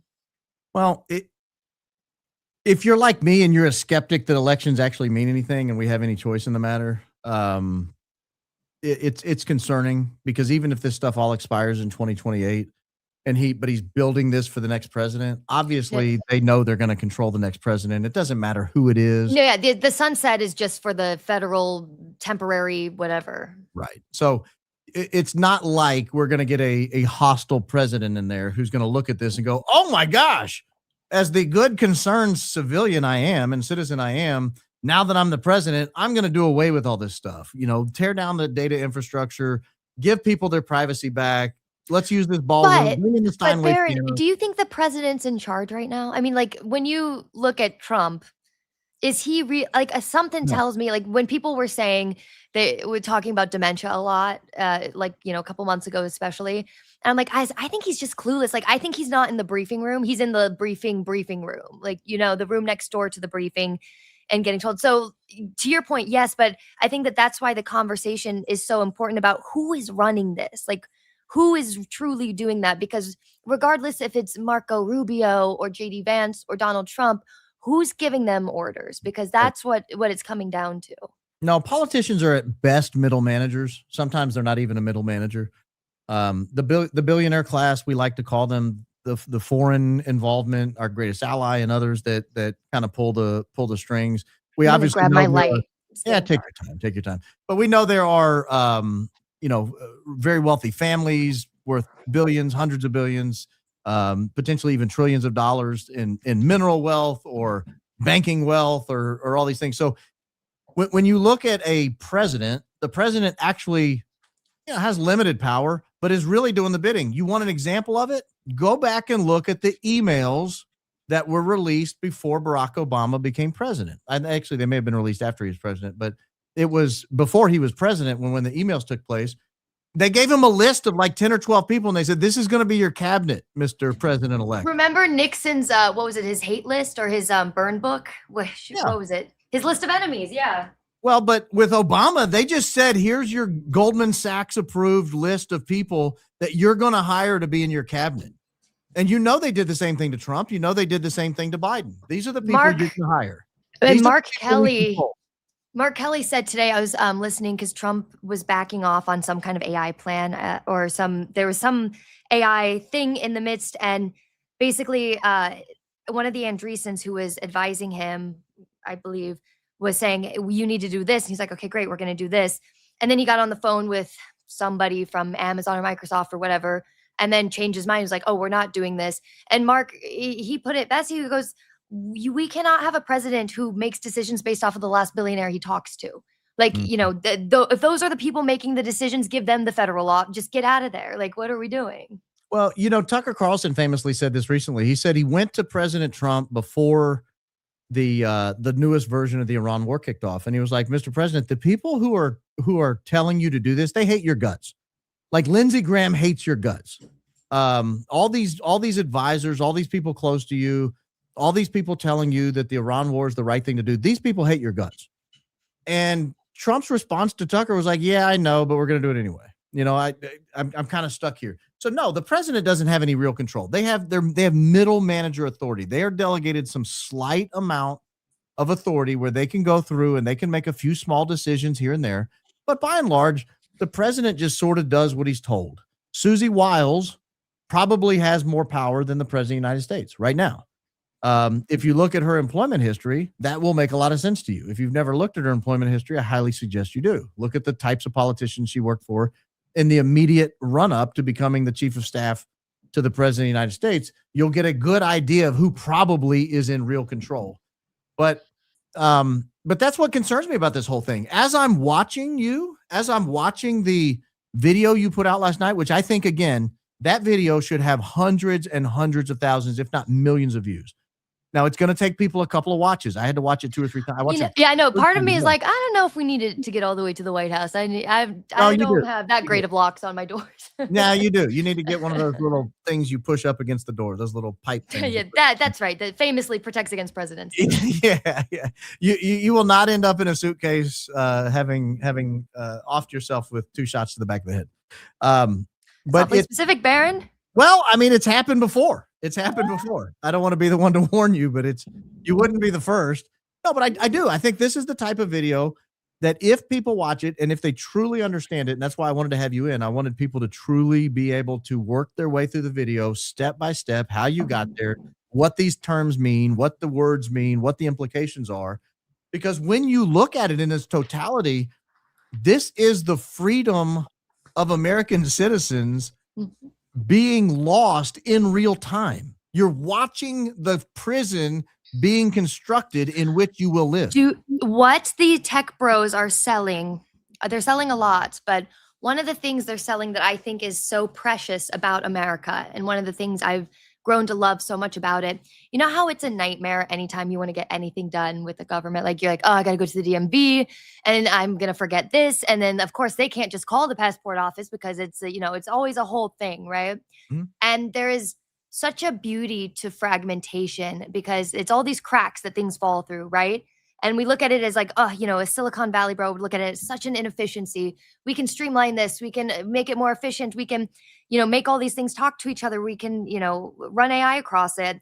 And I think that part of the reason that our country is built the way it is, just a bunch of paper stapled together, getting longer and longer every year, and having these states' rights versus a national right, having a Brexit versus whatever else, is because there's so much freedom in that fragmentation. You don't want your doctor's office to be able to, have a conversation with whoever's, giving you a license or, that there's so much freedom in that friction. And I think that that's one of the things that I'm going to mourn the most, because that's what we're losing, is that level of friction, the freedom that comes with everything being such a bureaucratic mess. Like the fact that there's a limestone in Pennsylvania with millions of people's retirement papers in there, and the fact that that's still there, and it's very much a thing that's processing people's, there is both such freedom and there's paper trails with that. People have to log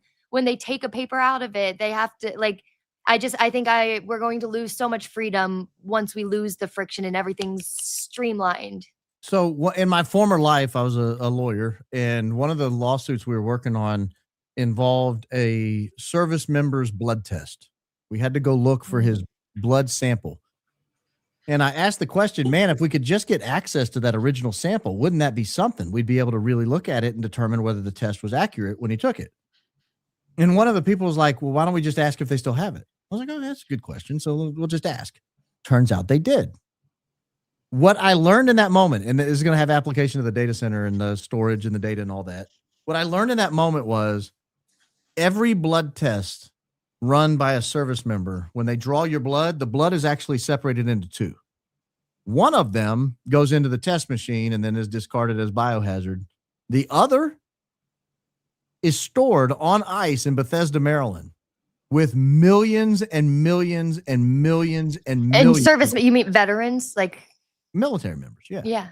So if they're doing that with the blood of service members, dude, our military, I feel sick to my stomach when I think about, not only are you asked to give your physical and mental well-being on a battlefield and be scarred for life and lose parts of your body, but afterwards they're still not done squeezing data out of you, because that is some of the most precious, valuable training data. I mean, why do you think Elon Musk's Neuralink has been lobbying the VA office since 2023 with his Neuralink chip? Like, oh, we really want to help, people who have PTSD. Let us put a chip in their brain, the veterans. We want to make it better. I'm like, you guys literally suck the life out of our veterans, and we're a country built off of our love of our veterans. We love to extort them. Like, I feel it makes me so angry. Yeah, it's wild how much personal information is stored. We have the blood of millions of people stored in a freezer facility in Maryland. We have all the documents of every federal employee ever stored in a Iron Mountain in Pennsylvania. We've got, so this doesn't surprise me that the federal government said, oh, the data is the new age. We should store as much as we can. Also, all the leaks or not leaks, hacks, like when Oracle bought Cerner, I think it was like 3 days after they bought Cerner, which is famously is covering, Epic and Cerner are the two main. Oh, sorry, I lost you for a second. Go back. Oracle bought Cerner. Oracle bought Cerner in 2023, I think it was. And they against Epic. Epic covers most hospitals, but Cerner covers all of the VA hospitals, basically.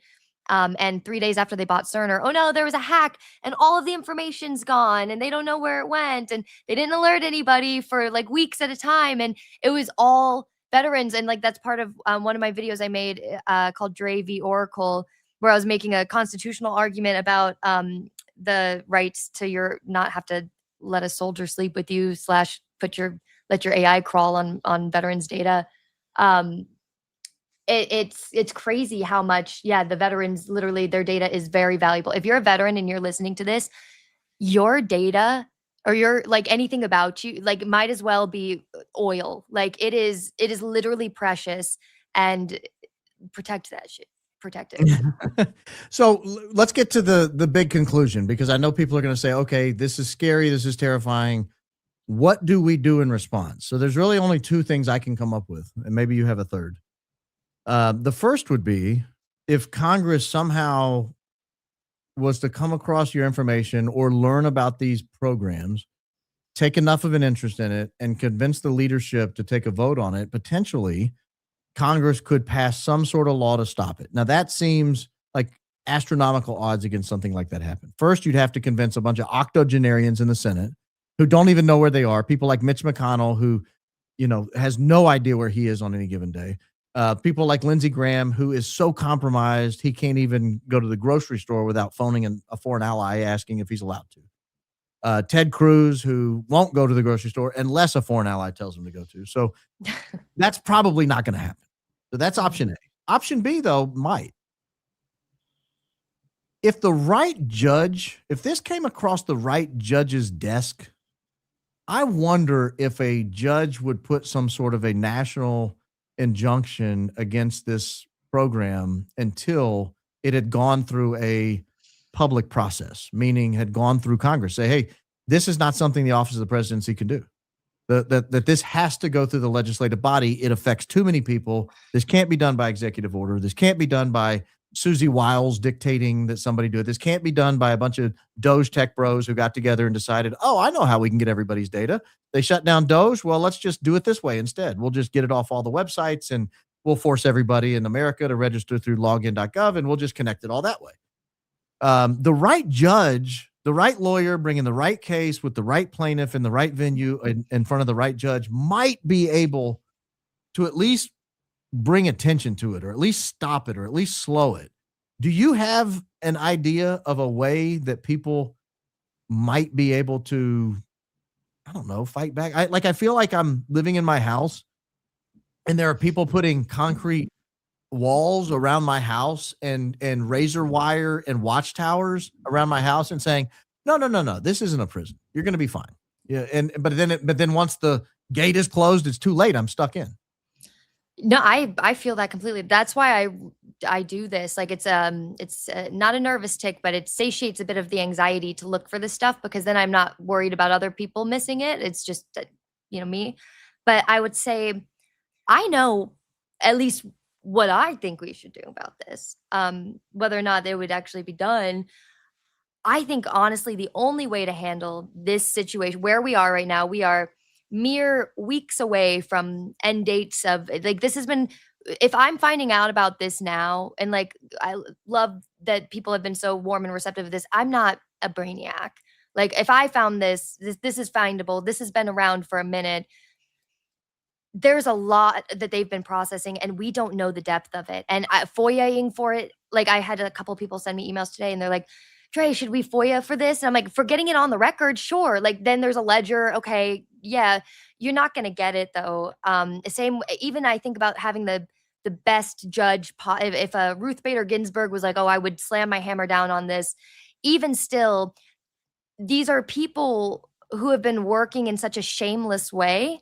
Like when I think back to the Department of Education, them getting locked out, that's what I think we need to do. Like if I were in Congress right now, my first and only task would be, I'm going to go find some hard drives. Like they are working in Capitol Hill. They are working because legally, if they want to be part of the executive branch, they have to work in the executive branch. Big Balls and Akash and everybody else who's a part of that, the same way that they were rummaging through people's files and rummaging through all of these other offices' files. They have a bunch of these laying around in their offices that are doing something. And I feel like this is a Sony hard drive. Oh, okay. They have a bunch of these laying around that have terabytes and terabytes and terabytes of data, or at least like, some frameworks of some Cloudflares, whatever. If I were in Capitol Hill right now, I would just be like, all right, I'm going to go somebody go distract Big Balls. I'm going to go in and just go find some hard drives. Cause I think that that's what we have to do right now. Like go in, like Teddy Roosevelt didn't FOIA for a trust busting. He just busted the trusts. Well, Bust up in there. I don't want to be confused. I'm not calling, and this channel's not calling on anybody to break the law. I'm not. I would not break the law. There's a law. Oh yeah, we still go by a constitution. I forgot. Yes. It's very important. Yeah. This is, by the way, this is my own thoughts. Baron is not co-signing this. This is my opinion, and I will say it plainly. My opinion is somebody needs to bust up in there and grab from these pimple-eyed like little tweens and grab these hard drives. And somebody needs to lawfully they should do it. But unlawfully, we're getting dossiers built on us right now. And I would rather somebody go in there and at least try to grab one or two things, get some information, say, oh, here's what we're dealing with, at least some scope of it, because the courts are great for slowing things down. I love courts. God bless the courts. Please keep ruling in the favor of slowing these things down, because that helps a lot with discovery. But in terms of like actually like data, this stuff happens really fast. I mean, you see how these tech bros move. I think we bust up in there. Lovely. That's what I would do. I want to say this. I appreciate you coming on, because you have enlightened me on your video. Now, what I want to encourage everyone to do is, after this show's over, go watch her video. It's 25, 28 minutes. It's not long at all. That feels long to me. Well, we've been going an hour and 41 minutes. This isn't very long for me. But what I think this show did was it allowed people to kind of step by step get some definition on what certain words mean, get some understanding of what certain programs you're talking about, like the Genesis program. when you say it in your video, now they'll understand, oh, the Genesis program. That's the Yeah, super. go watch after you do that one, watch the Genesis mission, because that's one that I'm still pulling on, but that's very much, I think, related to this ballroom stuff. Now, to me, when you talk, you sound like you should be in like a 1940s movie, like talking to Ingrid Bergman or somebody. Like Have in you- terms of decibel of voice, or like just in content? Just the tone and the intonation and the cadence and the like. I think you would have been a great actress in like the 1940s, You 1950s. saying I have a face for radio or a voice for No, radio no, no, or no, something? no. You saying I got a voice for radio? Yeah, no, I just think you have that kind of a very expressive. You know, new movies now, everybody's breathy and they whisper, and you can't. I'm deaf. I wear hearing aids. I can't hear that well, and so movies, I don't even try to watch them anymore. I get frustrated. I tried to watch a movie with my kids and my wife not too terribly long ago.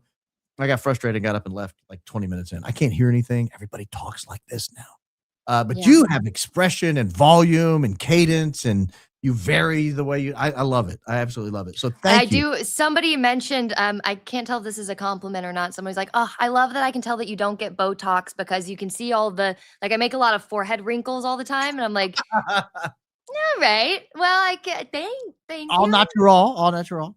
Yeah, I look, Yeah. I don't get Botox. You can see up here. Yeah. Hey, I'm tired of this, Grandpa. How many times are you going to get that? No, I love it. I'm a 4-day-old granddad. I couldn't. You be look more great, excited dude. about it. Hot granddad Well, on the record. Thank you.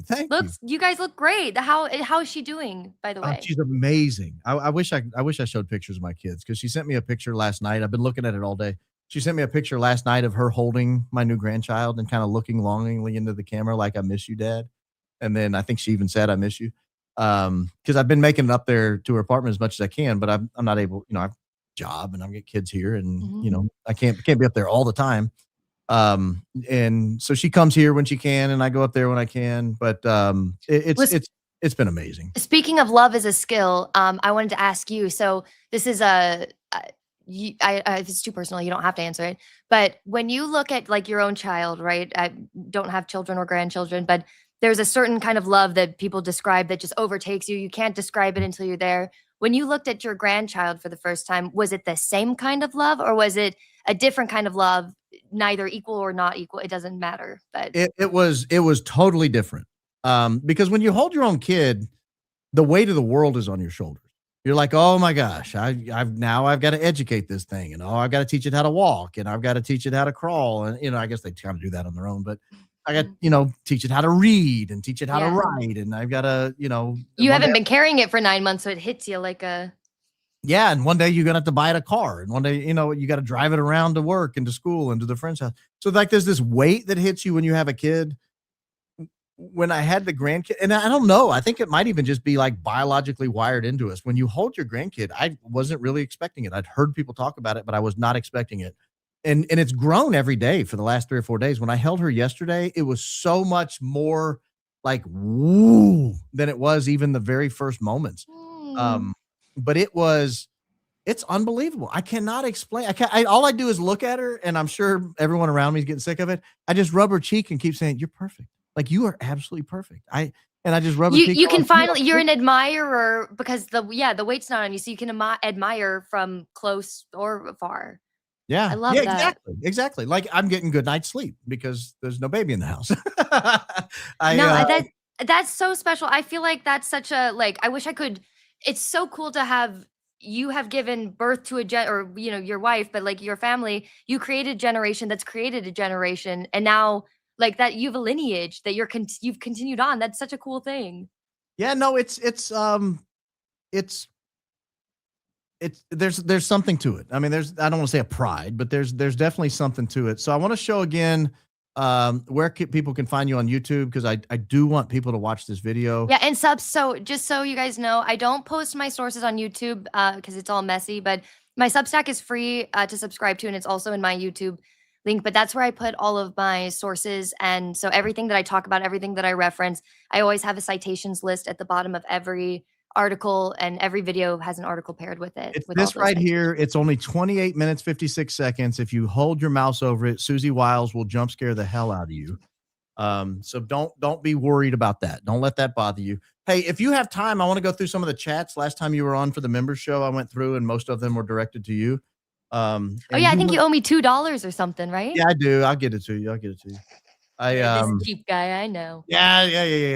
Hey, I'll give it to you. I'll get, No, $2, you give it to that $5. baby. Get that baby a little bow or something. Yes, that's what we'll do. We'll get the baby a bow.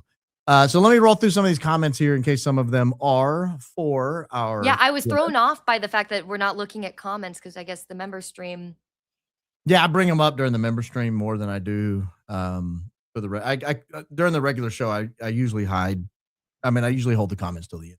Oh, I was in the private chat the whole time. That's Randall right there. Love the new, love my new shirt. New design hits perfect. Randall, you're the GOAT. Randall was I think one of my very first callers on my radio show, like more than a decade ago. So he's been around. I love that. He's been around a very. He looks like a real one. Oh, he is real. Oh man, he is real. Boise Jet guy. Seems our friend Gary's all about political persecution against Candace, whose speech he doesn't like. Who are the leftists again? Gary's entire channel. I don't know if you follow any of the political back and forth, but Gary has dedicated his entire channel to promote Gary from this show, this channel called Paramount Impractical or something like that. Paramount Untactical. I can't remember what it's called, but he's a weird guy. He used to be kind of a real one himself, but then he kind of sold out, and his whole channel now is about Candace Owens and why she's the worst person in the world. But all it does is it's great because all he's doing is highlighting all her goat maneuvering, and it's amazing. So thank you, Gary, for once again promoting the principal. We're just students and teachers here. She's the principal. I forgive Drey for being a little late again, and also I don't feel like you do forgive me. I didn't sound like it. I said a little passive. I don't feel like you do forgive me, but it's all right. I bet our humble host will try to take the blame again. I didn't. Okay, shots fired. Listen, I got a call at 2 p.m. and I'm just thrilled to be here. That's true. I did call her very late in the afternoon. Please pray for my dad, Don, in the hospital with some heart problems. He needs all the help he can get. Thank you, Christ King indeed. We will pray for him, for your dad, Don. I'm sorry he's having heart trouble. Watched Drey today after catching up on the live. Watched Drey today after. How did you watch? That comment is from the future. How did you watch it after catching up on the live? Granddaughter college fund gift. Oh, thank you.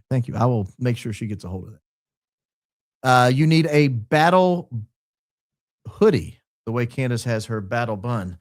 I have a battle hoodie. I could put my, I'll do like Ian. He puts his hoodie on halfway. I think it's hoodie. Yeah. Ian puts his hoodie on halfway, and I don't know why he does that, but it's kind of his thing and it's cool. So I can't steal that. Correcting my error from yesterday, ran out of time. Mistakenly said O positive was the universal donor. That's all. My bad. Christ the King indeed. Just say, Julie, I corrected it live on the fly. I'm not gonna let you go down in flames like that live. Hello from Northwest Tennessee. Northwest Tennessee, like Martin, Paris. Thank you for bringing such high quality outfit to our living room. You're from the South. You're from Mississippi, right? Yeah, I lived in Tennessee. I lived in Franklin for a while. But yeah, no, I don't remember anything about Tennessee. I left when I was like 4. Oh, well, it's the greatest place on earth. You should come back. It truly is amazing. Last week, you're on Nissy. This week, Jesse, we are eating well, Baron. Keep feeding us non-slop high IQ comment. That's true. I was on Nissy Social last week. I was on Jesse last night. And I'll be on Trigger Smart, I think is it this Friday or next Friday? I think it's next Friday. I'll be on with Matt over on Trigger Smart. So, Drey, welcome to the club. This is what we do. We all go on each other. No, I love it. I'm reading the comments on the side too. Tupelo, Mississippi, to the real just confetti. Is that where you're from, Tupelo? Yeah. Welcome to the high IQ outfit, Drey. Oh, thank you. Wait, high IQ outfit, meaning that this is a good outfit? This is a high IQ outfit. This is a Canadian tuxedo, so thank you. No, this is a high IQ outfit. This is what we do. Oh, the outfit of the show. Oh, Yeah, that makes high sense. IQ Yeah. outfit. All right. Congratulations on the grandbaby. I'm a 44-year-old who was pregnant a couple months ago and scared you. He was born 5/19, 11 days late, almost birthday twins. Yay for babies.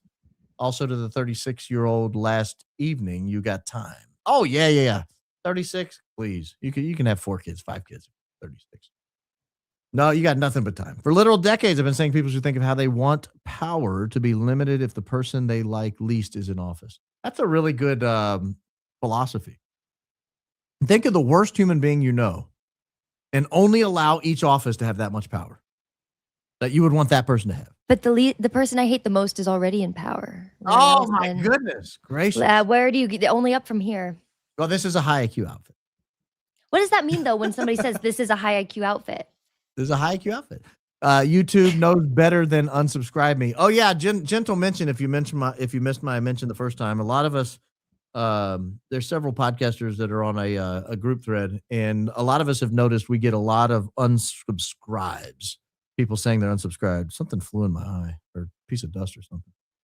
So make sure you are subscribed. Go back and check and make sure you're subscribed.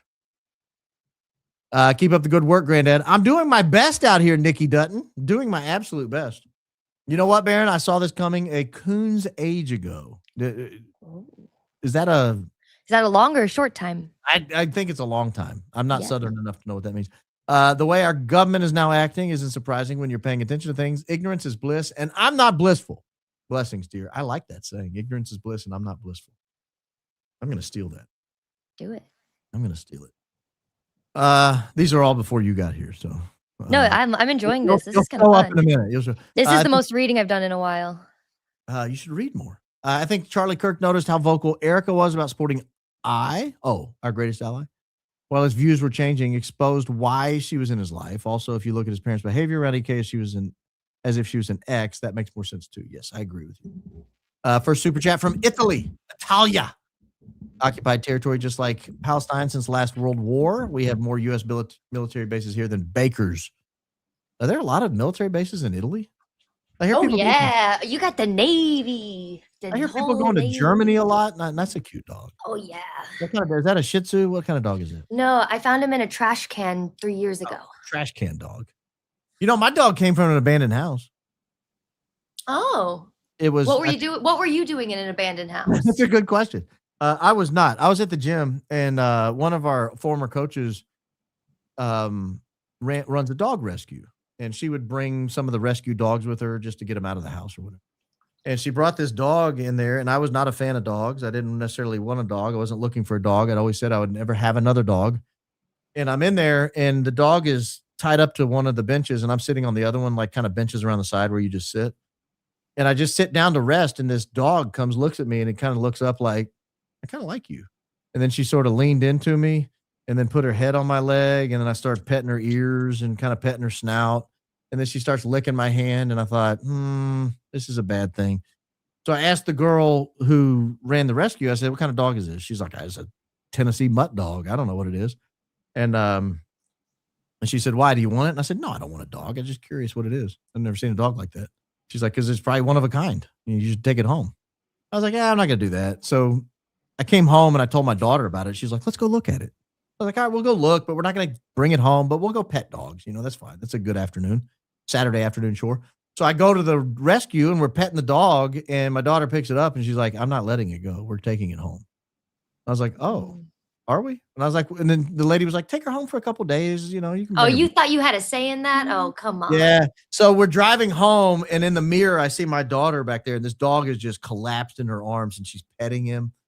And then we brought it in the house, and she's been here ever since. She's great. What's her name? Tilly. Oh yeah, Tilly. That's who you. She's the greatest dog of all time. Truly. No, I didn't know that. I know there were bases in Korea and Japan and Germany. Oh yeah, Italy's got a lot of Navy, I think. That's wife material. Oh, you're being propositioned. Me? I would love to be on somebody's tax return. If you want to claim me as a dependent or like just anything like that would be great. That's an interesting way to word that. Will allow the tardiness, Your Honor. Her discovery, mind-blowing. I was hoping you'd cover what she found out about the website. This is definitely going back. How much did you talk about me being late for this to be such a thing? Or do you guys that's the mentality here? This being a high IQ outfit, we start at the top of the hour. Like if I put up 7, we start at 7. You on the phone were like, well, it depends on when Candace finishes, and it depends on when. Well, don't tell our principal I say that. behind her back. Oh my goodness. I thought that we were playing loose and fast here. Now I'm in trouble. No. I'm kidding. I've told her that I set my showtime based on when she sets her showtime. But no, I didn't mind it. I told you that I would do a little intro. Guys, I'm very sensitive. I know I sound confident. I'm very sensitive. I will think about this for a while. Don't be tardiness. Don't be sensitive. Don't be sensitive. Thank you. It's Brittany. I can't say that on the show. You know. I remember a reporter talking about Elon, DOGE, part of installing backdoor to do exactly what Drey found. Crisis King indeed. King noticing. Was that what DOGE was talking about? DOGE was working with ICE at the beginning. Remember when I forget his name. He was like the director of ICE. I don't know if he still is, but he was very open about talking about like, we're working very closely with Elon Musk and DOGE. And that's why I got so nervous about the Neuralink stuff too, and how quickly that was progressing, because I didn't like all those backdoors. But yeah, DOGE was scary. Ben Shapiro's eyebrows have migrated to Drey's upper lip. I forgot. You got your Teddy mustache from Ben Shapiro's closet. I didn't realize that. Have you noticed his eyebrows have doubled in size in the last year or two? You know, I try not to notice Ben Shapiro if I can help it. Well, I'll tell you this. I think as the viewership of the Daily Wire has gone down, he's compensating by adding to his eyebrow. Like it's an inverse relationship. The more they have views, his eyebrows are under control. They're small. And as their viewership dips, his eyebrows grow. It's like he's trying some equilibrium between the two. It's really strange. Honestly, if you wrote that into like a dissertation, I would peer review it. Can I tell you what somebody said about my eyebrows once? And you're not going to be able to unhear it once you hear it. No. I think I was in a roast battle or something like that, and somebody said that I look like Owen Wilson if his eyebrows were scared of each other. I didn't laugh at that. That was somebody else. No, it was a good one. I think about it every day.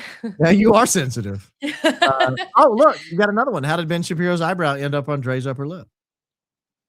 If you're coming in late, I was dressed as Teddy Roosevelt earlier. I don't have a hairy upper lip naturally. You'll have to rewind that to get the joke. Yeah.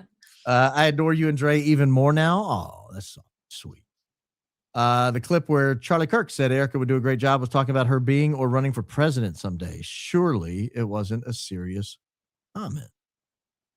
I don't know that I've seen the context to be able to comment on that. Why is Drey wearing Mr. Shapipi? You guys talk about his eyebrows a lot, don't you? Well, have you seen them? They're out of control. Like they're this big now. Like they're absolutely massive. The worst is when he gets older, like when they start graying, he's gonna get those long hairs that come out of him. Oof. I mean, you can take care of that with a trimmer. You know? Yeah, but they don't. But they don't. That's part of getting, big. Well, because I would feel effeminate if I was tending to my eyebrows. Who is the guy who's in Schitt's Creek? What is the father-son duo? I don't know. Never seen it. They have the thick eyebrows. I was gonna say, who has thicker eyebrows? I've never seen it. I've heard of it. I've never seen it. Well, hey B, I know you're an Antarctica guy. Do you know about Eric Hecker?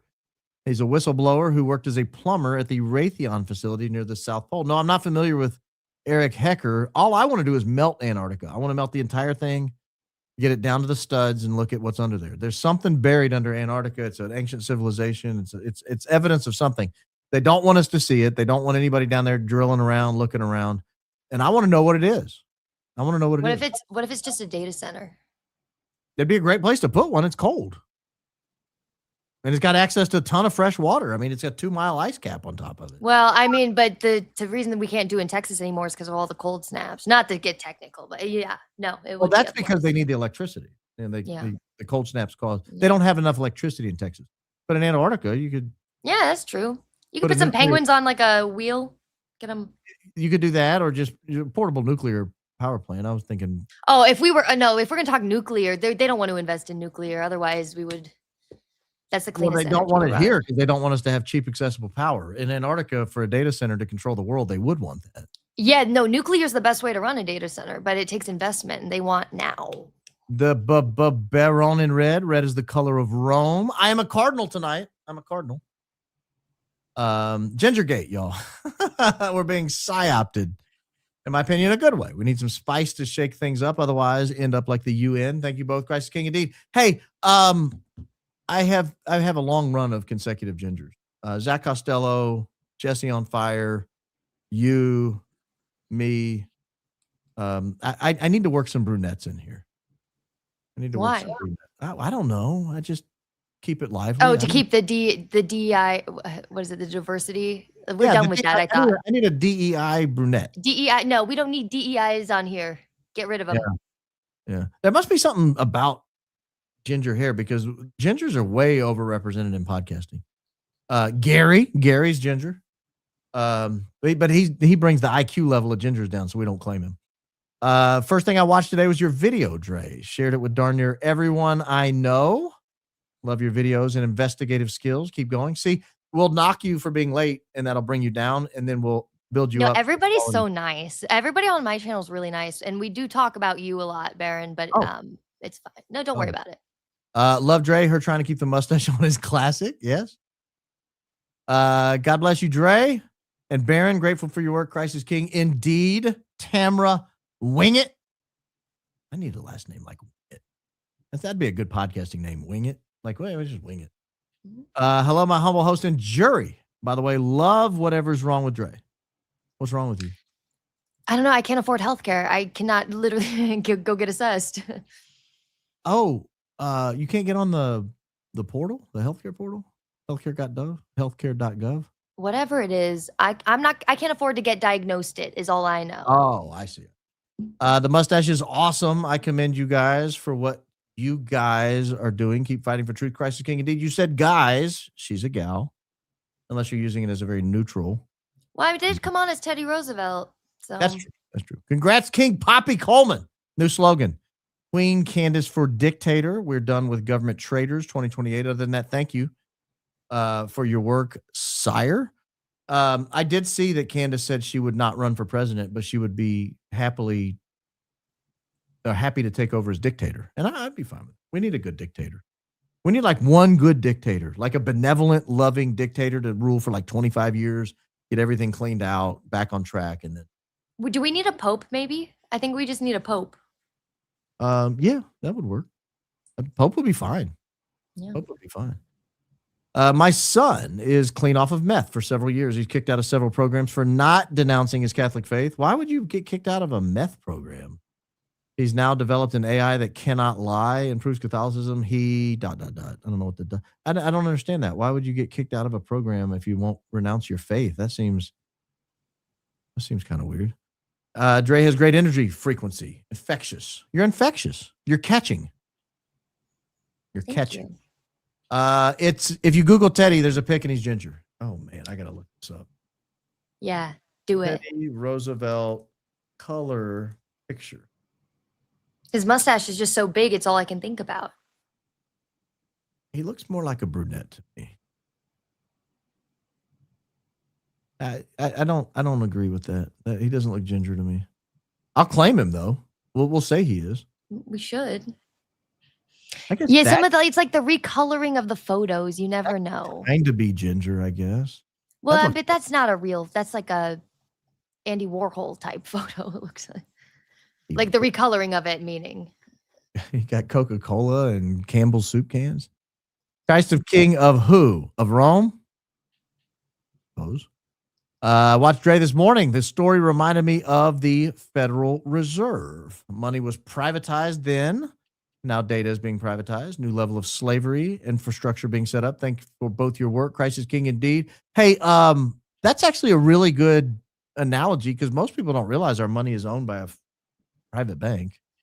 Not really a federal dollar, even though it's called the Federal Reserve. Not change the subject, but can I ask Drey where she got those frames? What frames? Oh, the Teddy frames. Where'd you get the Teddy frames? It was part of my Halloween costume 3 years ago when I ordered it, and I need new frames too. I need a new mustache and new frames. Yeah, the mustache is not working. But I have my other frames. I've been searching for months. Christ is King indeed. You have more Teddy Roosevelt frames? Well, no, these are my usually these are my blue light frames. Are those original blue blockers? Well, so I read this study on Reddit. I read a study on Reddit that was a scientist did putting blue light through all these different frames, and if they weren't rose tinted, it was found that it actually doesn't block out that much blue light, and so Do you I remember got blue? these. Are you old enough to remember? I don't know how old you are. Are you old enough to remember blue blockers? You're not. The stare tells me. Beta blockers? No. Blue blockers. Blue blockers. Yeah, The no, I don't know. original blue blockers. Let's see here. Yeah, here they are from 1986. The original 1986 sunglasses. There used to be on a commercial, basically on a loop. Check these out. The original blue nice. blockers. So that's kind of what these are. And it's like there's different levels of blue blocking you can get. My eye sensitivity is to green, blue, or like more green or something. So I got the lighter. But those are very 70s. Yeah, 1986. When I was a kid, blue blocker was on every commercial break. Like you couldn't turn the television on without seeing a blue blocker. But these actually do work. I found the other blue when it's just clear and it says it's blue light. I feel like it's a scam. It's like Do you get tired when you wear them? I heard people get tired when they wear them. I get headaches if I don't, but I'm also probably dehydrated, so it's probably a plethora of things. But why would you be dehydrated? Get you some Fiji water. Drink. Oh my, this is what you're funding, guys. Fiji water. It's brother. 10 cents more a bottle. Come on. This guy stinks. No. I was like, I know. I had to get these earphones today, and I was like, oh, this is the most luxurious. I hope I'm not. What brand did you get? What is that? Well, these are the I hate it. It's the Apple ones, but my earbuds or my headphones died out last minute, and I was like, well, I got the purple ones. You can get these. These are they go in your ear, and you. That's cool. That looks like you're about to go on stage or something. I'm a rock star at heart. Yeah. Wants to use it to help others get clean and come into the church. If he emails you, would you look it over and consider putting him in contact with any other influential Catholics you can think of? I don't know about that, to be honest with you, just because I don't look at every email. If I see it, I don't know who else I would get him in touch with, though. Like, I love his idea, and I think he should run with it, but I don't even begin to know who I would put him in touch with. But thank you, Mikey. That is your real name. Theory time. Oh gosh, you guys go for the Erica was cheating theory. I hate to get involved in this discussion. Erica was cheating. Charlie was gone for over 300 days a year. Charlie found out, elected to quietly divorce, as it says in the Bible, is the only viable reason to do so. Just a thought. Christ is king indeed. I hate to just. I don't know, guys. I don't know. Russia's a much better place than y'all blah about. I don't really talk about Russia. I just, it's not the. Yeah, look, I think I know what they're referencing when we said Snowden had. You said, I think, can you imagine having to flee to Russia? Oh yeah. The flee to Russia thing is, I think, at least the way I interpreted what you said, I think it's shocking to people what the United States has become. Because particularly when I was a kid, I grew up in the 80s and 90s. I left high school in 97. So if that gives you an idea of kind of the era I grew up in.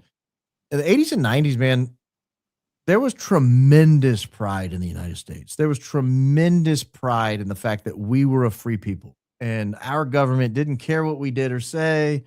We could do whatever. We could, and we elected people and they were there only to serve our interests. And it wasn't about them. And we weren't prisoners in our own country. That was for Cuba. That was for North Korea. That was for Russia, the Soviet Union. That was for China, Tiananmen Square.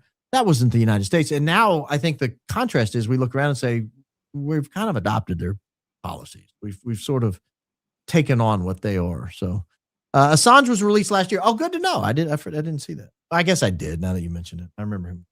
I do remember that. Finally been eerily quiet since, though. Very important human. Love you, Baron. Thank you, Nikki, for pointing that out. I had forgotten that. I don't blame him for being quiet, though. He's been through a lot. He's been through a whole lot. I've installed over 1,000 flagpoles. Well, that would explain why your handle is U.S. Flagpole Guy. So thank you. Very kind donation as well. My most cherished is at the Teddy Roosevelt Presidential Library in Medora, North Dakota. Here's a little gas money for you to bring your children. Opens July 4th, 26. A must see.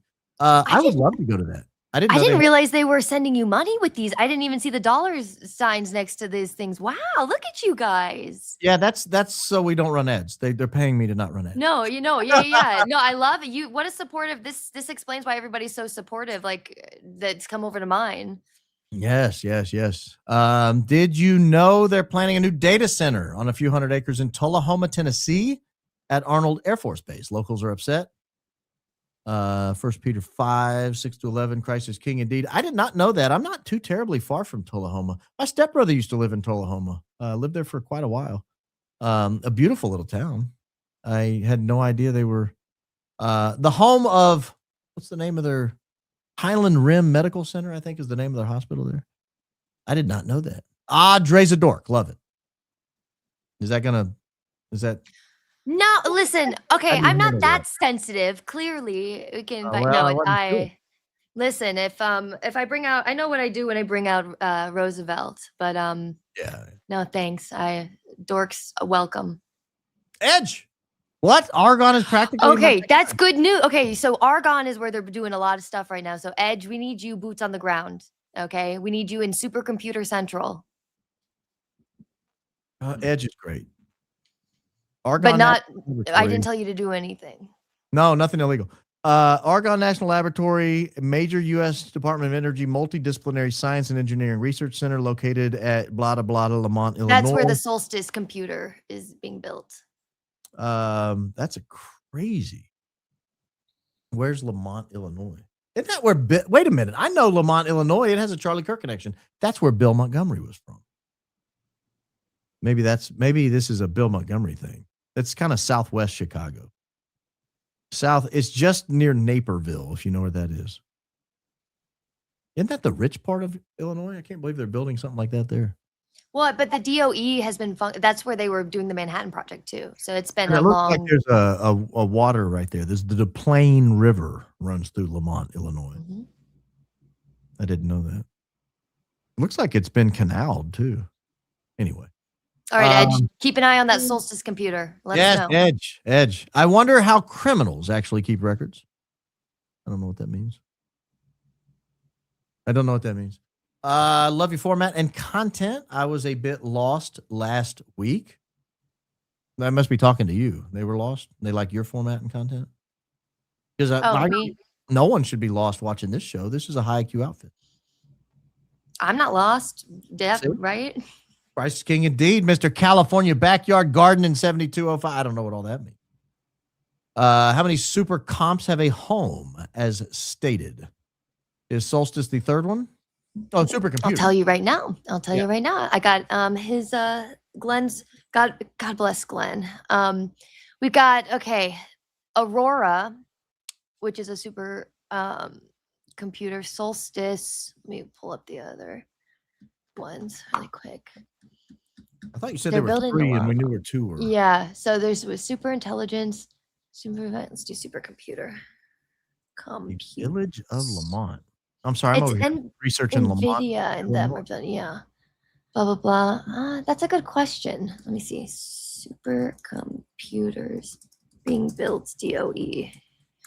At least 4, I think.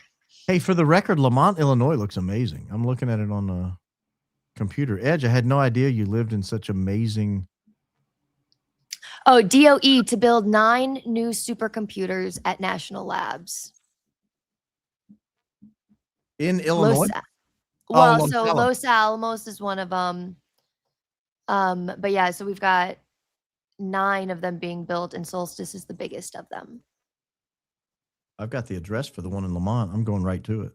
They're building in DC or Maryland rather. I saw that NVIDIA bought out a not a compound, but like something equivalent, like a little tech city where they're, I think, going to be running a lot of data processors, maybe 50 miles outside of DC. So there's definitely planning for some big supercompute.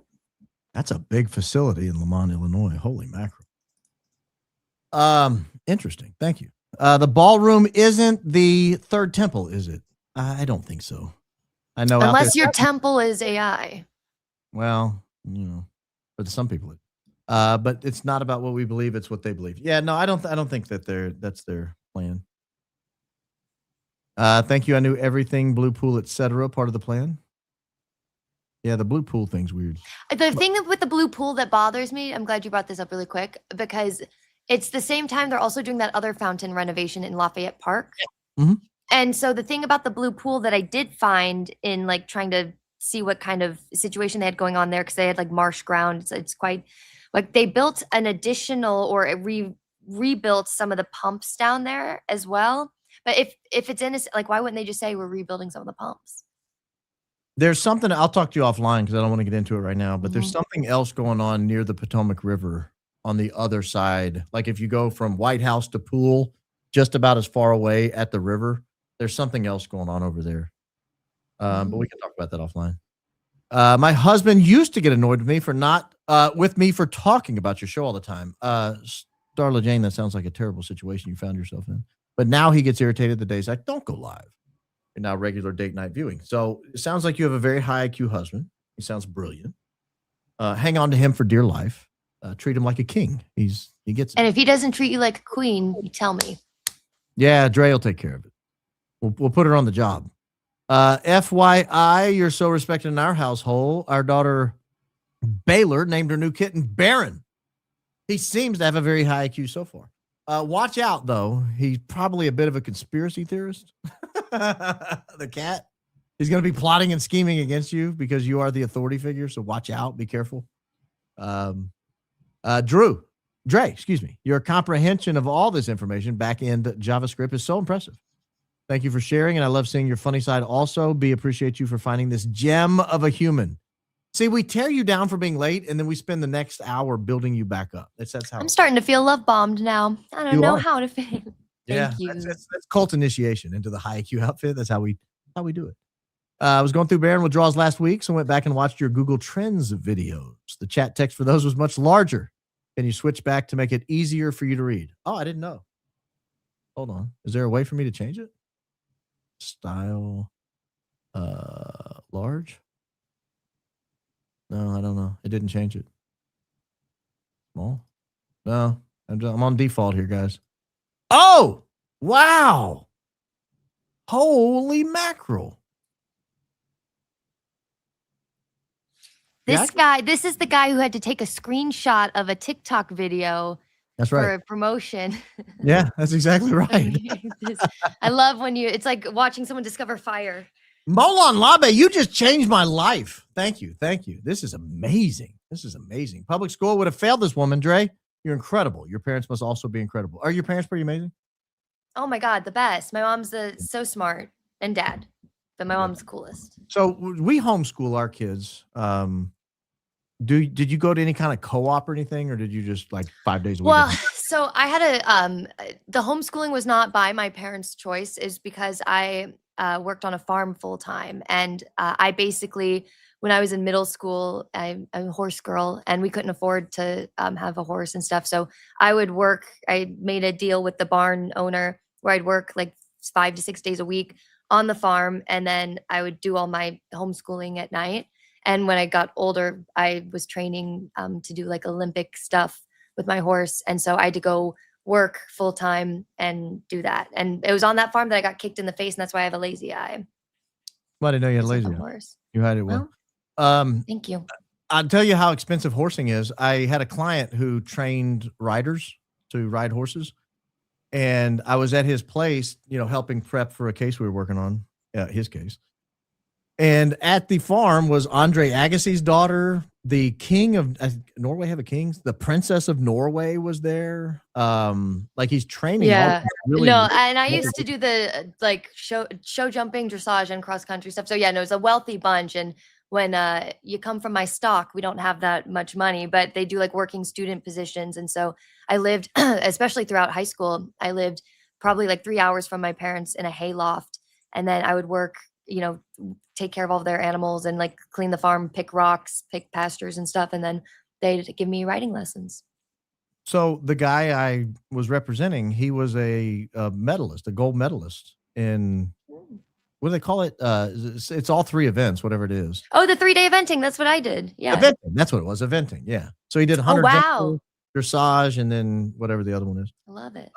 Yeah. And he won a gold medal at the Pan Am Games. And can't remember what happened. He went to the Olympics, and I can't remember what happened. So you were like an expensive lawyer.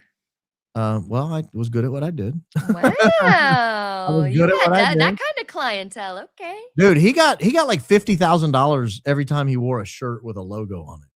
Like he was the real deal. I can't remember what the logo was, and if I did, I probably wouldn't want to say it because I love that. yeah, he was a real deal. Already got that one. Einstein file cited data trap. Have you checked out that site? justice.gov/EPSTIE, however you spell it. I don't like to say it because it just destroys distribution. Yeah, did you check out that site at all? No. I'm curious if what they're gathering. If so, I'm on it all the time, so they probably got all kinds of stuff for me. Any updates? RMMM, blood on his hands, and CK not wearing necklace from member show. No update yet because I was working all day on actually tomorrow's show. I was working on all day. So tomorrow's show could be, if we can get it done, it could be pretty explosive. I mean, really big. If we can get it done, if we can get it finished in time for tomorrow's show. If not, it'll probably be Sunday. Maybe the flip on Trump is his distorted view of the American people after feeling betrayed from impeachment, losing re-election, starting to feel like disdain now. Charlie Kirk was the last voice of reason for him. Yeah, maybe. I'm not opposed to that. My hematologist said today that a ferritin of 162 is high for those of us with hemochromatosis, normal for others, high for us. You need to be monitored by a hematologist for life. I care about you. Yeah, I didn't know that was high because when they found when they found that I had hemochromatosis, my ferritin was like 1,700 or something. It was ridiculous. It was so high, the doctor was like, you have to go get blood today, like tonight, before the sundown, you have to go give blood. And then as soon as they'll let you back in there, you have to give blood again. And you have to keep doing it and coming back and getting retested. And I finally got it down to reasonable levels. I have found out that the more I work out, the lower it stays. When I go through periods where I don't work out very much, it gets higher. Julian is our hero. 2017 CIA were planning his demise. U.S. and UK government imprisoned him in Belmarsh for 6 years. 2022, Australian government lobbied for his release, forced into a plea deal. Guilt. Julian got home June 2024. Hero. Yeah, it's they did try to take him out a few times. Gary, Barron and Drey, is data that we've submitted to the federal government now being shared with other private entities outside of the government. Not lawfully, I don't think, but we don't know. That's why we got to bust up in there. Lawfully. For us non-coders, what are the implications of one website sharing data with another? What's the real world implications of what you're finding? That's a good question. Can you explain that?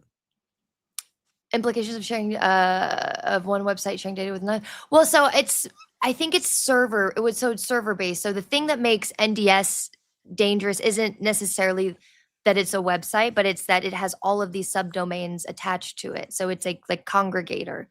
There are these things that are, Trump Board of Peace.nds.gov. And it's that suffix that I think is the dangerous part. But in general, I mean, yeah, once a month I have in my calendar that I do the data broker thing where I ask them to delete my data. And every time it's the same, oh yeah, we'll get rid of this. And you never know how much is actually getting deleted. But yeah, be very precious about that.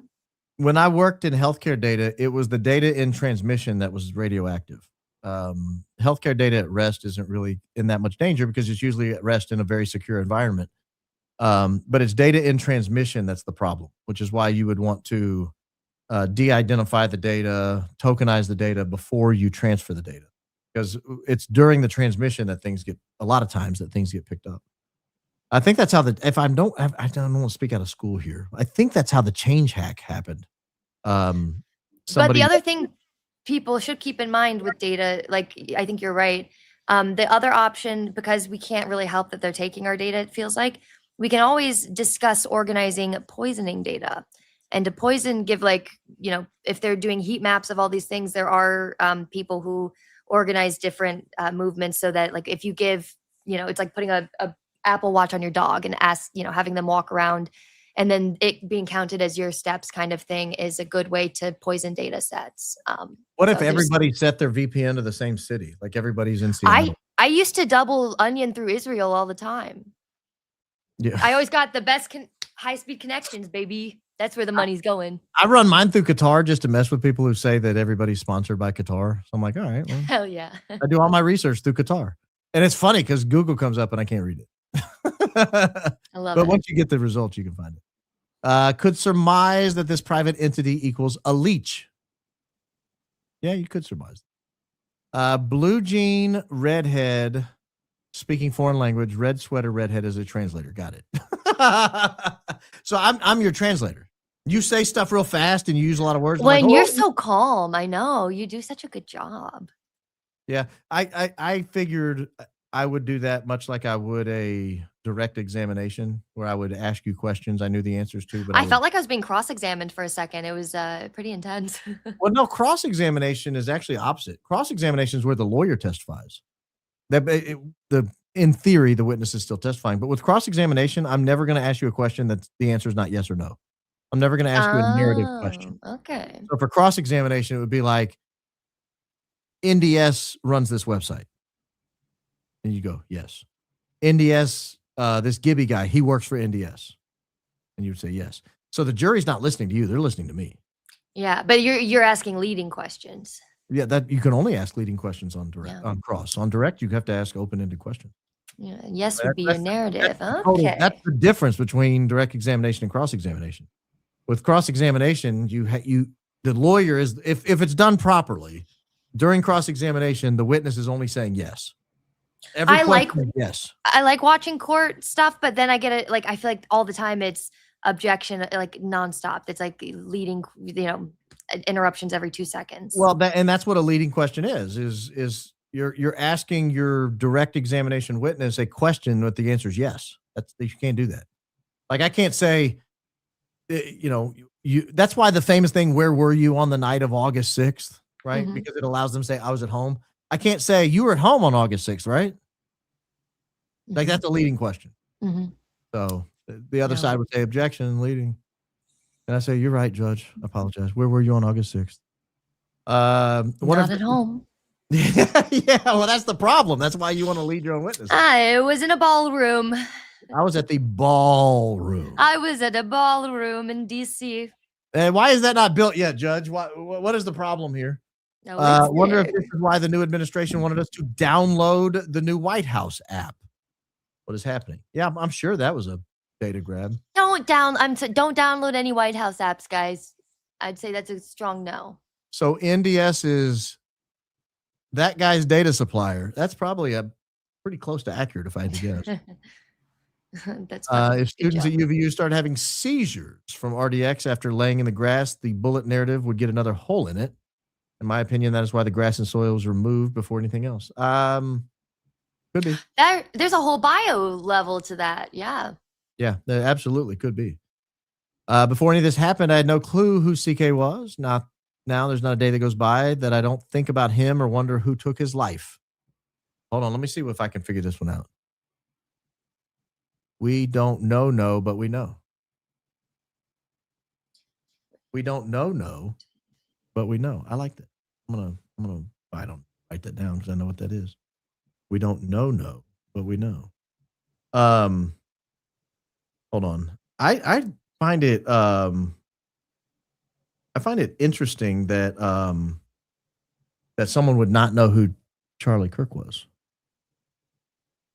Thank you to you and Candace for going Max. We had to fly the flag at half mast for. Yeah, he was kind of famous. Yeah. Okay. But thank you, Mama Mads. Drey sounds a lot like Daisy. Oh, we got a new conspiracy theory. They think you're Daisy. Well, I've been seeing who's Daisy? No, Daisy's my researcher. She helps put Oh, shows that together. Daisy. Oh, I thought Yeah. that there You was talked to her. Daisy. I'm gonna go to the private chat. You tell me if we're the same person, okay? Well, she's not on anymore. She was on Oh, the back end earlier. Well, it's awfully convenient, isn't it? I'm Daisy laughs at when nobody else is laughing in the private chat. Daisy's going ha ha ha in all caps, and I really appreciate that. So see, Daisy's, that's not the same, but that's an interesting conspiracy theory there, Marissa. That's an interesting conspiracy theory. The only thing Teddy was unable to do was find the Oak Island treasure, or did he? Hey, maybe the treasure was the Oak Islands we found along the way. Some of us had to become president, you know? Do you think there's a treasure there? I don't even know what he's talking about. I'm gonna be Oh, completely you've never honest. looked into Oak Island? I don't know. Yeah. Oh, dude, Oak Island's a rabbit hole. What's Oak Island? Yeah, well, yeah, I'll look into that later. Fall into it. Fall into that rabbit hole. There's allegedly a treasure buried there. People have been trying for like 150 years to find it. It's booby. They found booby traps. They found all these things that indicate that they think they're close, but no one's ever been able to actually get. By the way, new headphones official review kind of hurts this part, like where your jaw is after a while. What if you can you adjust it to make it not as tight? Well, not like, I mean, I'm moving them up a little bit, but maybe I'm That's just a big used brain. to wearing. You've got a big I brain. know it's pulsating. I'm not used to wearing a little thing, but if anybody's wanted to know, 3.5 hours is about when you start feeling it. Yes. So I need to cancel the Trump accounts. I start on my grandchildren at tax time. Sorry if I started. I wouldn't. I would take advantage of that if you fall into a tax bracket that allows you to take advantage of that. I absolutely would. But just understand they're collecting your data, but it's such an advantageous tax treatment for your children. Goodness, please submit the tips to Principal and Barron, not to the FBI. This feels like them wanting to get ahead of what we know in coming down the pipeline. I would be happy to review any tips, but I don't want to tell you not to comply with the federal government if they tell you to submit your tips. No law. Yeah, no. We're not gonna. I posted the video on Jesse's Twitter account, Charlie Kirk. I posted video on Jesse's Twitter account. I don't know what that means, Jan, but I believe you. He just said it. Closed down for discovery. What did I say? See, people say it. I don't like pronouns. He just said it. Who's he? Is that me? What did I say? What is it? That's what I don't know. Real Jesse on fire is account. Oh, I believe that's Jesse's account. I just don't know what video you're talking about. Potentially SCOTUS jurisdiction. If there's potentially exculpatory evidence in light of capital punishment sentencing, his interest, life, outweighs national security. I hope defense subpoenas info from former Tipline. Oh, I hope they've done that. I hope they do it once the case starts. They'd be silly not to. Drey girl, you're the man. Been a Drey fan a while, and sometimes thought my IQ wasn't high enough to follow. Thank you, Barron, for showing me I just needed an interpreter. I just talk fast, and so I apologize. I think I get nervous. I'm not going to say everything I need to say, and then I talk real fast. So I appreciate you for keeping up. Pero lo sabemos. Proof watching Barron keeps IQs up. Yes. We know. Barron, I do have to make a call before 8. I don't know what time it is where you are. Sorry. It's 7:36. Oh, that's fine. You can jump in and out whenever you want. You can jump off. You can jump in and out. It's up to you. Byron. Who's Byron? Someone find Byron. We got a question for Byron. Anyone? We'll ask it. There's a Byron in the audience.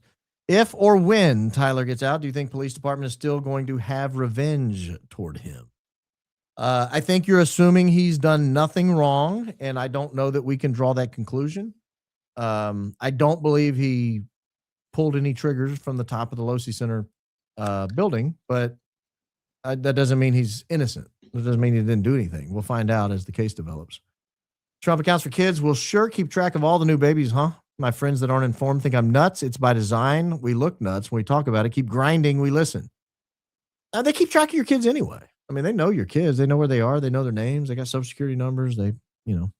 Cloudflare is this is your domain. I don't know all this. A reverse proxy and CDN, not a host. It's a protective layer between clients, users, and servers, NDS services and data.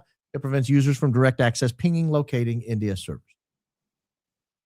Post Hog's supposed to be protective, though. Is that for the for pinging. Yeah, I only think know a few like of it. I'd also I'm self-taught, so I'm very much still learning. But no, it's interesting. One of the things I was looking for was Post Hog and Cloudflare receipts in USA spending to see like if I could put it with a department, like who's paying for it, because Post Hog has the National Design Studio as its client on its like front page when it's like showing off who uses it. Yet there's not one receipt in the federal government That's database like for 'cause it's like. national security. They don't have to put national security Well, stuff. no, right, but no, NDS can't be national security if it's a temporary, like it's a class C or a class 3 something something temporary thing. Like that's why DOGE couldn't have all those security clearances, right? I Sorry, my guess. brain's also half shutting down right now. But I believe no, you. it's I believe interesting. you. It's interesting. I don't know. There's something fishy about the Post Hog and Cloudflare. I don't like all the bouncing around. I don't even know what all those words mean. It sounds to me like in 2 to 3 generations, the White House will be an AI president and nobody will know the difference. We don't know that it's not an AI president now. We don't know who's telling him what to do. They removed the exterior window decals in the Hall of Flags the same day they paved the crime scene. Did they have a window design emergency too? No, there were some messages about that. I think they did it for aesthetic purposes because they were going to have the flag hanging up there and they didn't want the window covers to not be complete. Does this supercomputer push them forward to the mark of the beast in the Bible? You would need a supercomputer for people to fully operate off marks. I don't know. I don't know the answer to that. I sent it to your Twitter, Baron Coleman. Well, don't do that. Send it to realbaronpodcast@gmail.com. In 2022, Moore sold Kairos marketing firm JDA Worldwide. That's correct. Whose parent company is named Prolific.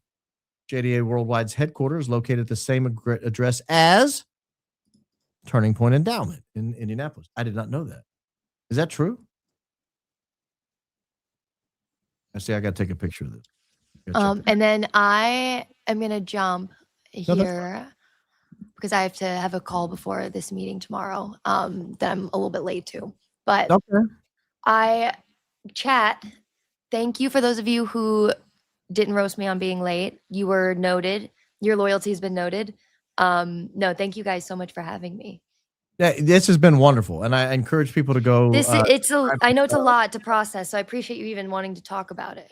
Well, I needed to because I wanted to make sure I had a firm grasp of it. I originally set out to kind of outline your video, and I thought, I don't even know what the hell she's talking about on all this.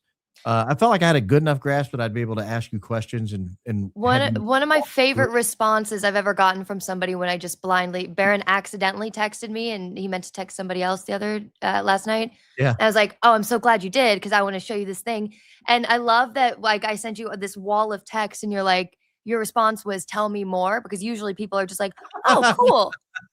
Like, interesting. Is that your new fixation right now? And I'm like, all right. But it was nice that you were like, tell me more. I want to know everything. I was like, yes, this is great. So I really appreciate that. I was trying to text somebody with a remarkably similar name. And so I was scrolling back through my text to look for an old text with that person.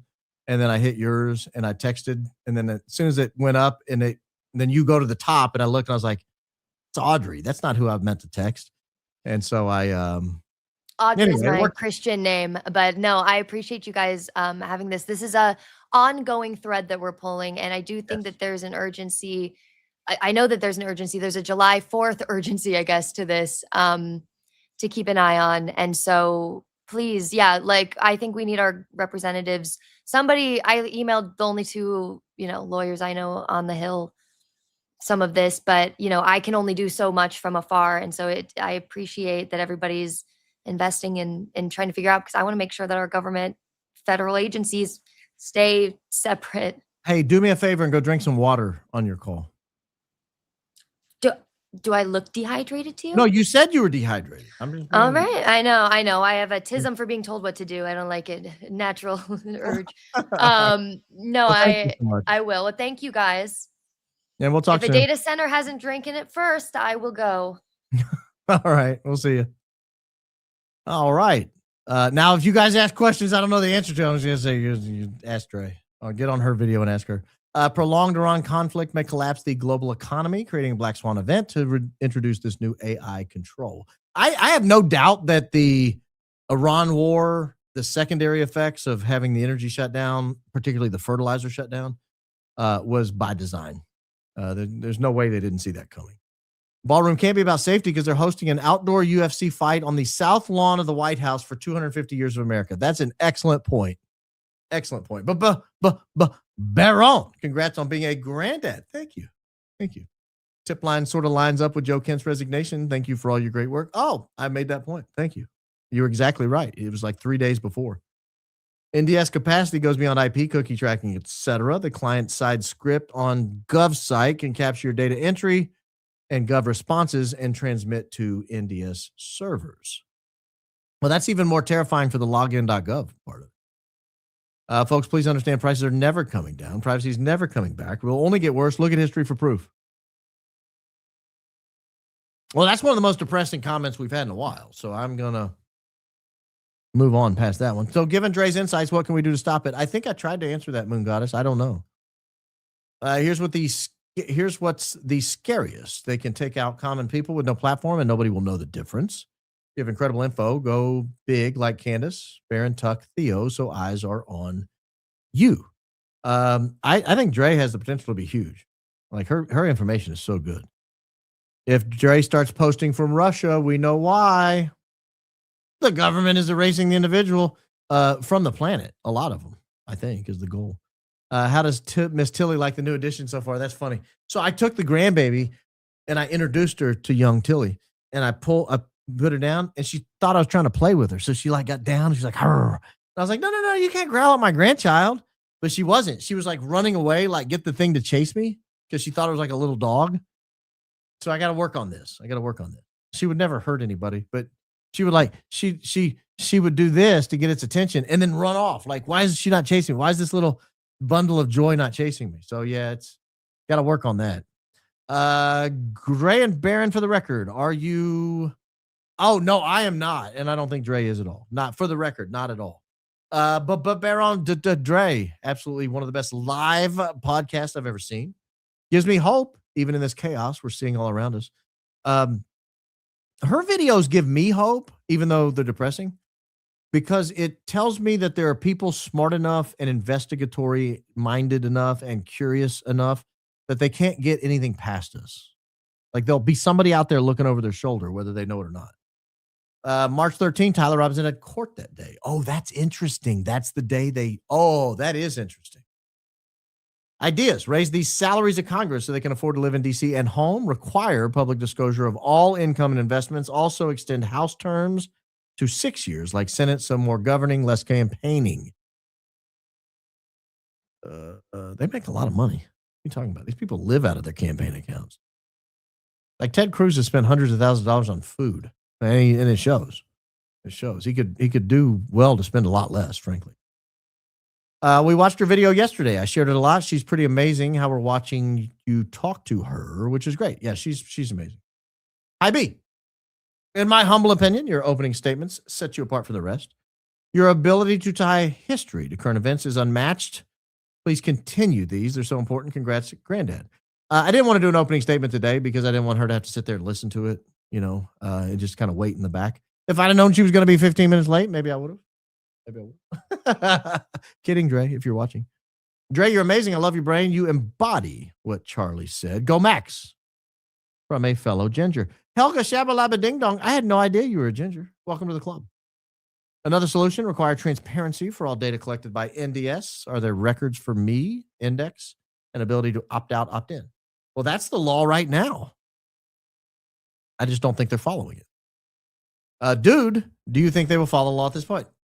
Right on cue, Renee comes in. Unbelievable.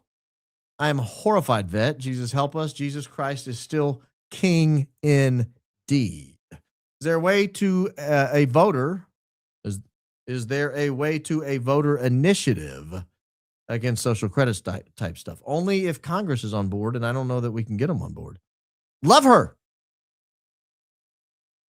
We have to pay attention and keep the conversations going so we can fight back. Truth is knowledge, and knowledge is power. Christ is king indeed. I'm glad she's getting some exposure. I know Ian did a show that highlighted her work. We did a show here with the members that highlighted her work, and now I'm glad. And actually, I did a show, I think, a regular show that highlighted her work as well. And now we've gotten to talk to her on one of the regular shows. So this is good. This is the type of person that needs to be pushed into the mainstream. Baron, did getting the original blood sample win the case for your client? By the way, great guest with huge information, both you and Drey. No, it did not. Not in that case. Absolutely did not. Curtis Yarvin's philosophy, playbook in action. No, I will say this. It did not, but it allowed me to depose the person who ran the facility. And I got some really good information out of that person for other cases. I don't know. Who's Curtis Yarvin? Curtis Yarvin. Oh, I spelled it wrong. Yarvin. Known as the pen name Mencius Moldbug. Far-right political blogger and software developer. I don't know what his philosophy is.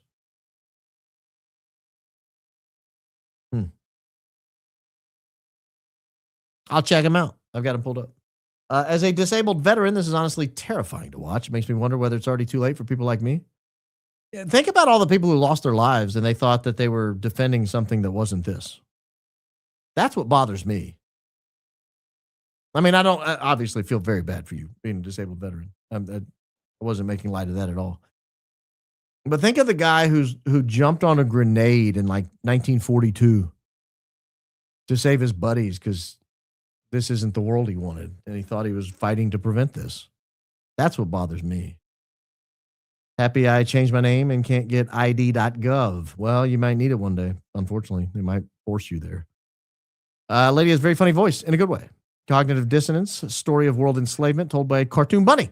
Luckily, she does research, not voice acting. Yeah, it's funny you mentioned her voice because as she was talking, I kept thinking she would be like a great actress in the 1940s. Like very expressive, very articulate. Like you can hear every word she's saying.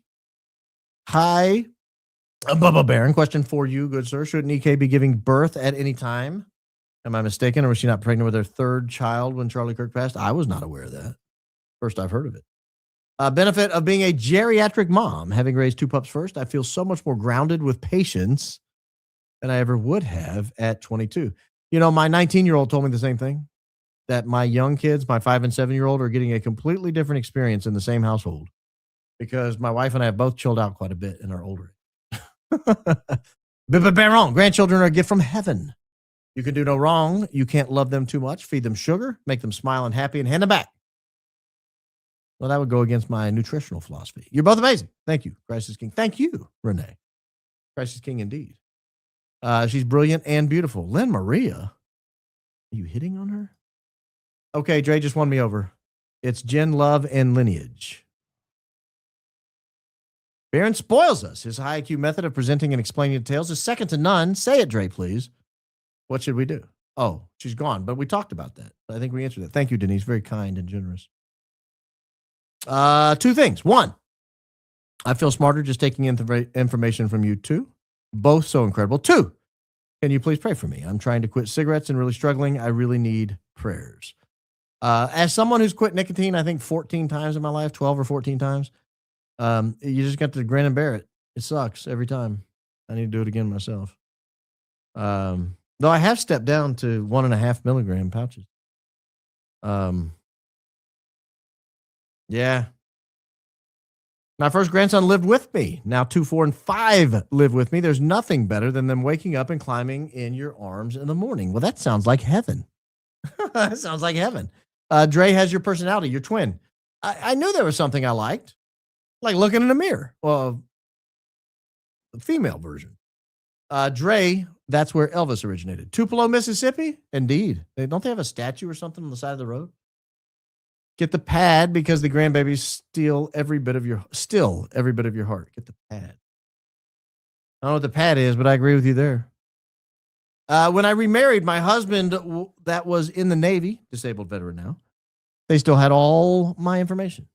Who knows when they ran blood work on me, they may have sent some to store. Very scary. They had a lot of them.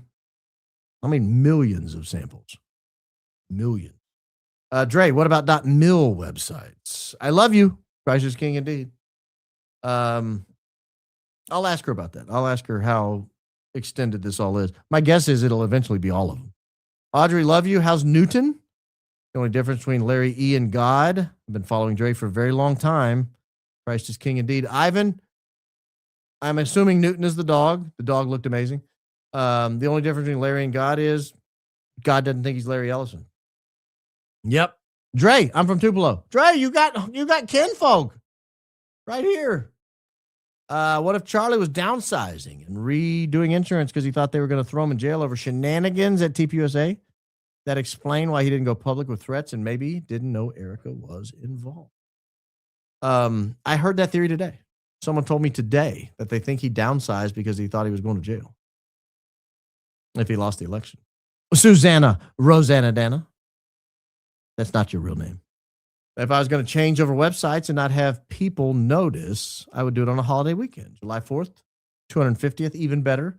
Love the conversation. That's a great point on the 250th. That's going to be a big deal. What if they increase the age for military in service so they can send the first social media generation via draft, Ed Gallerin, to perish in war by our segmented data view? Well, that's interesting. What if the draft is they only draft us? I mean, I didn't mean to laugh about that. You know what I mean?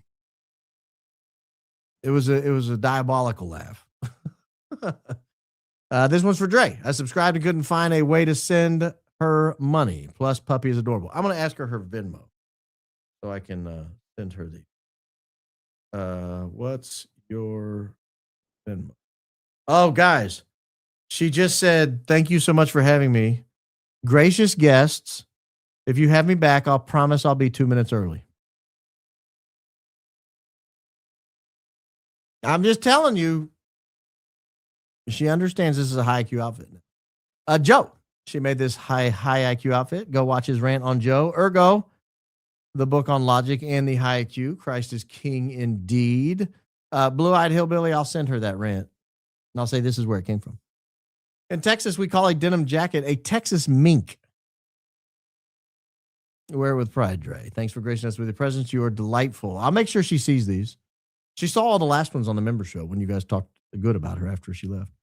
Cove and VAC 2019, any part of what we're living through today? Christ is king. Indeed, of course it is. I think that was a dry run for seeing what exactly we could tolerate. Drey, we'll allow it. We love you. Welcome to family. We allow all of her lateness.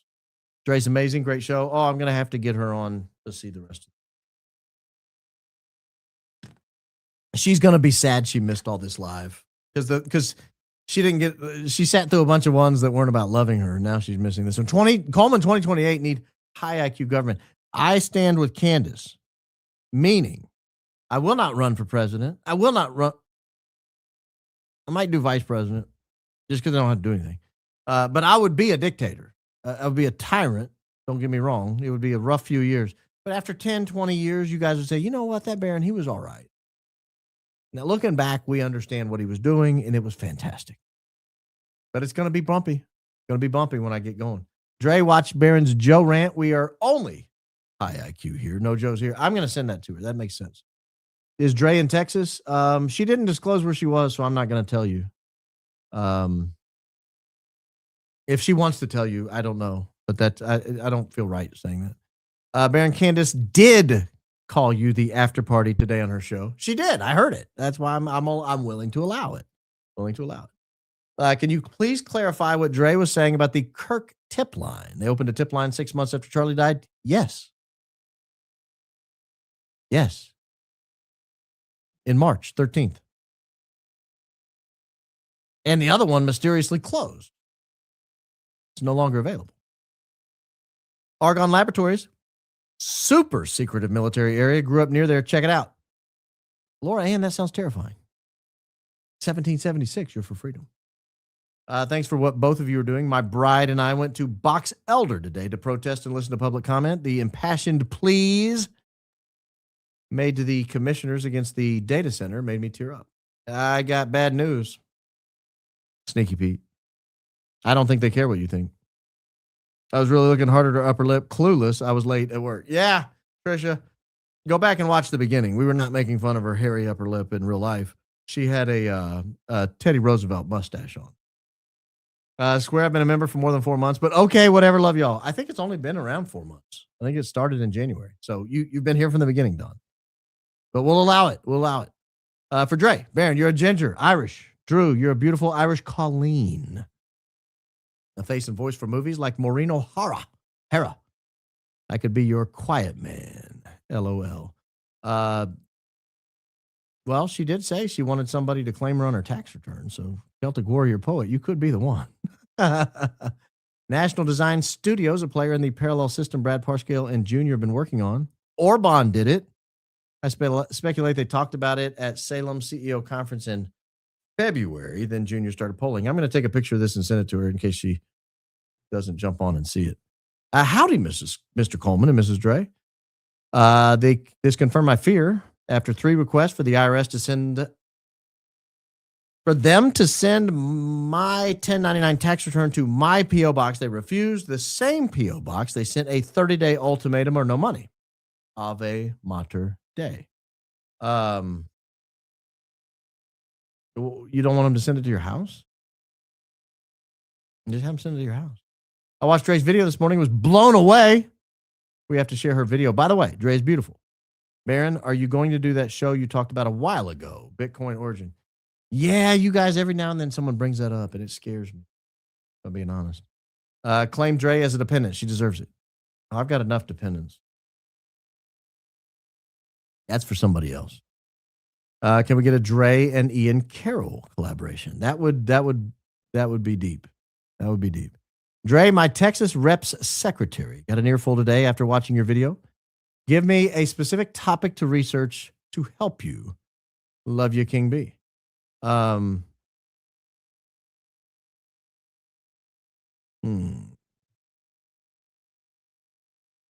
trying to think of what she would say. I don't know. I love me some Drey. I'm gonna have to clip this and send it to you because you guys are just loving all over her. Enjoy all your hard work. Keep it up. Come on, bringing water all the way from Fiji. Elitist. Not elitist. These are not expensive. You can buy these on Amazon. They ship them right to your door. Seriously, they're like 10 cents a bottle more than like the ones out of the tap from Cincinnati. I don't want to drink Cincinnati tap water. I want water all the way from Fiji. It does taste better, being honest. It's like soft. We love you, Drey. Baron, I am over the moon for the new addition to your Coleman family. Congrats to your lovely wife and daughter. It only gets better. I'm counting on it. Thank you. Google Teddy Roosevelt. Only it an actor, but still. What does that mean? No, you're not gonna spoil me on Teddy. Chemistry you and Drey have is amazing. She needs to become a weekly fixture. Congratulations on becoming a granddad. We're the same age, and my kids are tired of me begging for grandbabies. Christ is king indeed. Don't give up. Don't ever give up. I told my kids I needed 40. One down. Edge, regarding investigating all in attendance, there's a video from balcony area. Shows a young guy shoving something under his shirt. Look back to a lady. She waves him off. They both bolt off while looking back. Both in red. Seem guilty? Familiar?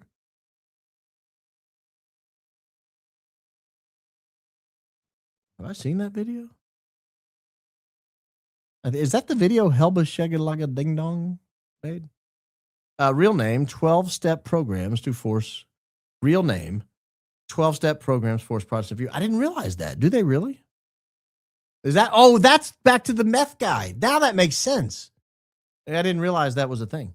Russia's a wonderful country, but a Mordor state. Now, I do agree it's a wonderful country. It's a beautiful country. Like, look at pictures of it. It's gorgeous. They got tons of coastline. Northern coastline, southern coastline. It's beautiful. Beautiful. I don't think I would want to live there. iPhone settings for what info attaches to pics. Disable app permissions for Cam. Mike, turn off all location services except Find My iPhone, Kid Tracker apps. Love you. Well, thanks, Skate Betty. I didn't know that was necessary. Taking a trip to Hancock County, Tennessee in a couple of weeks. My accent might be worse than yours when I get back to Phoenix. I feel a little bit like Gary right now. Do I have an accent? hear it. Where's Hancock County? I should know this. You're going to have an accent when you get back. I got bad news for you. That's northeast of Knoxville. You're toast. You are toast. You're never going to make it. I got bad news for you. You're never going to make it at all. This is a test to see if I can post on YouTube again. You successfully passed the test, sir or madam. Also, Drey is the best. The flies thighs, if you will. A true peer to our humble hope. The flies thighs. Sounds inappropriate. Holy mackerel. This high IQ combo gives me hope. Well, doing my best. Fermi Lab is near Lamont. Fermi? That doesn't sound very high IQ. That's a low IQ lab, if you're asking me. Now that worked, I can implore this audience to read the Mishnah Nida. Not to jack this stream, but I've been locked out of a few. Z-ism isn't our problem. Mishnah Nida. I don't even know what that is. Mishnah.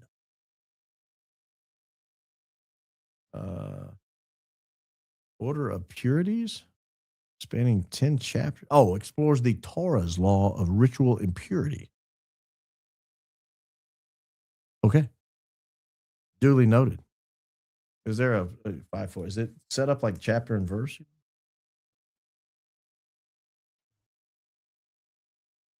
Oh, not going to read that one out loud. I'm late. Left my home for the first time in months today, but I have been hoping all day you would see her video and do this tonight. I need my high IQ people. Going to be paid member on next check. Thank you, Kay Peters. Very, very, very kind of you. We have a lot of fun on the member side. If you didn't catch, well, you didn't catch because you're not a member. When you become a member, go watch the Drey member show. That was a lot of fun. Very high IQ. Just saw Fiji scored 25-100 for water. Icelandia scored 95 of 100, so now I'm on to Icelandia. Take my Fiji from my cold, dead hands. Here's to 25. Not on taste, surely, because it's the best water I've tasted. Granted, I haven't had Icelandic. I'll try it. Might start speaking Icelandic, though. Edge, my class attendance will be in and out for the next few days due to house guests. We'll catch up. Love Drey sharing her work. Edge, you're doing it all wrong. You put the house guest in front of the TV and you say, this is what we're doing for the next 4 hours. That's how you handle that. Mail lady, praying 3 years for God to guide my family to a church and God open my heart to Catholicism, listening to catechism, going to mass. I can't tell you what a blessing it has been. Praise God. Work for working through you. Christ is King. Indeed. I must be mail lady number 2. Oh, yeah, there was another mail lady. So apparently you are mail lady number 2. That sounds amazing. Have you listened to the Catechism in a Year podcast with Father Mike Schmidt? Mrs. Coleman took it in. She said it was amazing. I did not have an opportunity to listen to the whole thing. But I would overhear while she was listening. It sounded amazing. Just an option. My daughter said that I love you so much watching you on here that I should just date you. And I said, I don't think his wife and 8 kids and new grandbaby would like that. Not at all, Michelle Catania. That would go over like a turd in the punch bowl. That would not go over well at the Coleman household. Granddad, waiting on our first grand due June 3. Her name is Tilly, LOL, praying for a perfect delivery. Thank you, Jesus. Christ is King. Indeed, indeed. Let me tell you this. If she's as good as my dog, it'll be the best grandbaby in the world. Well, second best. Sorry, the top spot's already taken. Big horn shaver. I feel like a supercomputer probably already exists in Oak Ridge, Tennessee, where a lot of the Manhattan Project stuff was done. No one really knows what all they did still do there. Very close to where I live. I dated a girl from Oak Ridge when I was in college. Yeah, short time. A few weeks. Maybe a month. She was great. And played basketball. Probably said too much. Now people are going to figure out who she is. Yeah. That's wild. I hadn't considered that. I know a lot of, well, I don't want to say that. I literally started writing my state reps after watching that Drey episode, Baron. Love all you do and great guest choice for this high IQ community. Love Drey and Baron. Kristen, Critter. Thank you. I like how Critter signs all her messages. Edge. It's Des with an S. Des with an S. Argonne looks like a military base. Super secure, beautiful grounds. Yes, Lamont was garage of TPUSA. Yes, near Naperville, who just nixed a civilian surveillance center. Yorkville fighting now. OG Mississippi girl. I figured you were a Mississippi girl with that beautiful magnolia bloom. Didn't know you were a Yankee now. Baron just went full granddad mode on enlarging the super chat text. Love you, B. I did. The problem is if I grab the readers, it's too far away. It doesn't work. I'd have to get close. So I leave those there. Now I can't see anything. And it just enlarged the text. It's amazing. I forgot that was a thing. Apparently, when I first started, it was always that large. Google D Center, Stevenson AI, Facebook D Center, Madison. Alabama, Stevenson, Alabama, Facebook. Google Data Center, Stevenson, Alabama, Facebook Data Center, Madison, Alabama. Okay, now I get it. They put a data center around all the rich people in Madison? Shocking. Brittany Kaiser knows what to do. CEO of Alpha Ton, own your data campaign, Telegram Tech. Oh, you're saying there's a girl named Brittany Kaiser who's doing, sounds like good work. Not just military. Every single infant born in USA has a mandatory blood sample drawn and sent to a federal lab. Well, you just ruined my afternoon. Or late evening. I didn't realize what time it was. Camille, thank you. Very kind. My Baroni dog. Love having Drey with we, the jury. What are some of the things we can do to protect our personal info? Any recommended sites with specific steps we can take? Love you both. Christ is king indeed. I don't know. I would Google it. I mean, I hate to say Google it because Google's not going to tell you. But I would look into it and see if you could figure it out. I'm sure there are things you can opt out of and opt into, and I don't know. I haven't put much thought into it. This is all new to me. I also live in Chicago. We have a lot of questionable stuff here, including our own particle accelerator. Oh, is that what they were talking about with Fermi Lab in Batavia? Great. We got a particle accelerator in the United States too. Wonderful. Open up portals there. Please hit the like button, Haiku. Yes, please, like button. Let me see how we're doing tonight. I'll be the judge of this. We're doing splendidly. This is spectacular. You guys are killing it today. Let me see on the subscription. Oh, yeah. You guys hanging in there on the subscriptions too. Don't forget, if you think you're subscribed, just double check. If you're not, go ahead and click it. Because people are getting unsubscribed on many channels, not just this one. Desiree, thank you. Or no, excuse me, Elsie, thank you. Camille, back for more. Thank you. Drey, you're awesome. Thank you. This not so high IQ didn't get a message on the last. Yeah, I didn't know that was. I didn't know why it was blank. I thought you just were just checking in, But thank you. I'm late here, but Candace connecting dots tonight. Nebraska base is where they quarantine Hanta exposure at the military base. Great. Now I've said the word. We're done. The H word. Views are going to tank now. Shawnee. Let me give you a holy Toledo. Good interview. Good information. Who knows what else is going on while they keep the rest of us distracted. Throw this in the piggy bank. I will do that, Shawnee. Thank you so much. Man, your kindness knows no bounds, genuinely. So thank you. You two have great chemistry. It's very entertaining to watch you interact with each other. Thank you both for all your hard work. Yeah, anytime, I've noticed this on shows. Anytime there's a guest and a host and they're doing well together, you will get, that's when the bots in the chat will start saying, this sucks, I hate this. So if you saw that tonight, you know who the bots are. You know who the bots are. My B, do you think the our pool is being painted blue just like the blue roofs so that dues aren't effective in DC, or that people can jump in the pool and be safe? That's a great question. I don't know. That's crazy because that is the color blue they're painting it. If you look at it, it looks the same. Sounds like Teddy Roosevelt cleaning up the corrupt New York City Police Department was the original Serpico. I'll allow it. I don't know what that means, but I'll allow it. Watched you and Jesse last night. Can you pull video up for audience? I posted on your Twitter. Charlie Kirk info. I don't check my Twitter notifications. It's not that I'm being rude or anything, but like I only have so many hours in a day, and that's just not something I keep up with. I post to Twitter. I look in comments. I'm interactive on Twitter. But I don't check the notifications. So if you tagged me in something or posted, I'm never going to see it. If you want me to see something, realbaronpodcast@gmail.com, and I might or might not get to it.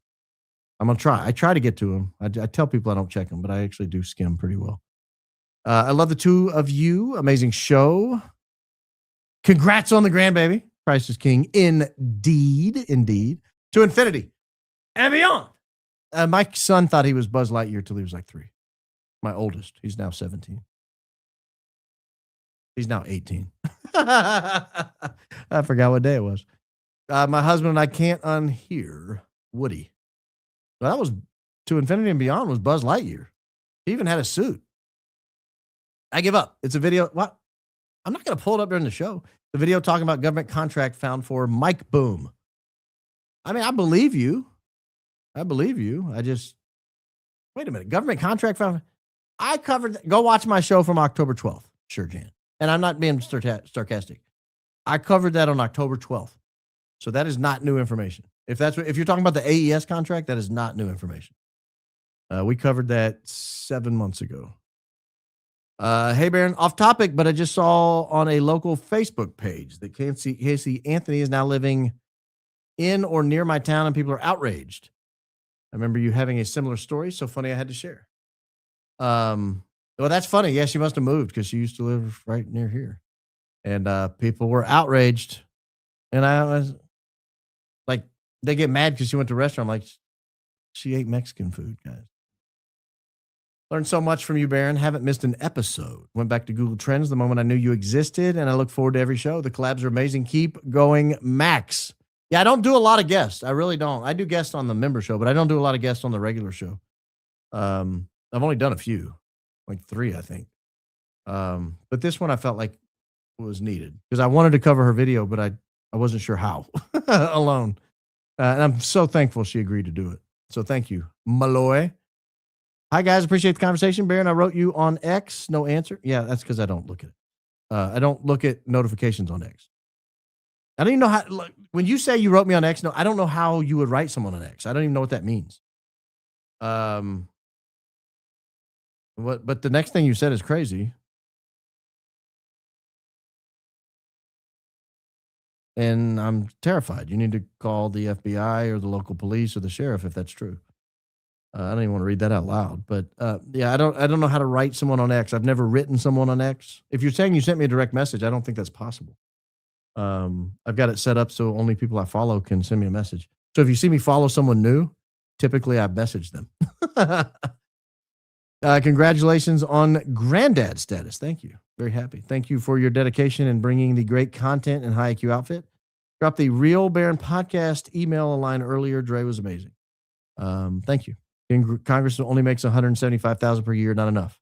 That's not enough to work like 3 days a week, 12 weeks a year. Are you crazy? Surely you jest. Do you know the average salary in the United States? What's the average salary? Not average. Let's do median. Median salary, United States. $62,000. So you're saying 3 times the median salary is not enough? Sounds like, and they get an expense account. It's on Candace Twitter. Thank you. Do you think all these data centers that are popping up all over the country, all of a sudden, could they be feeding the supercomputer? Yes. Yes, they absolutely could be. I mean, I'm not saying for sure they are, but they absolutely.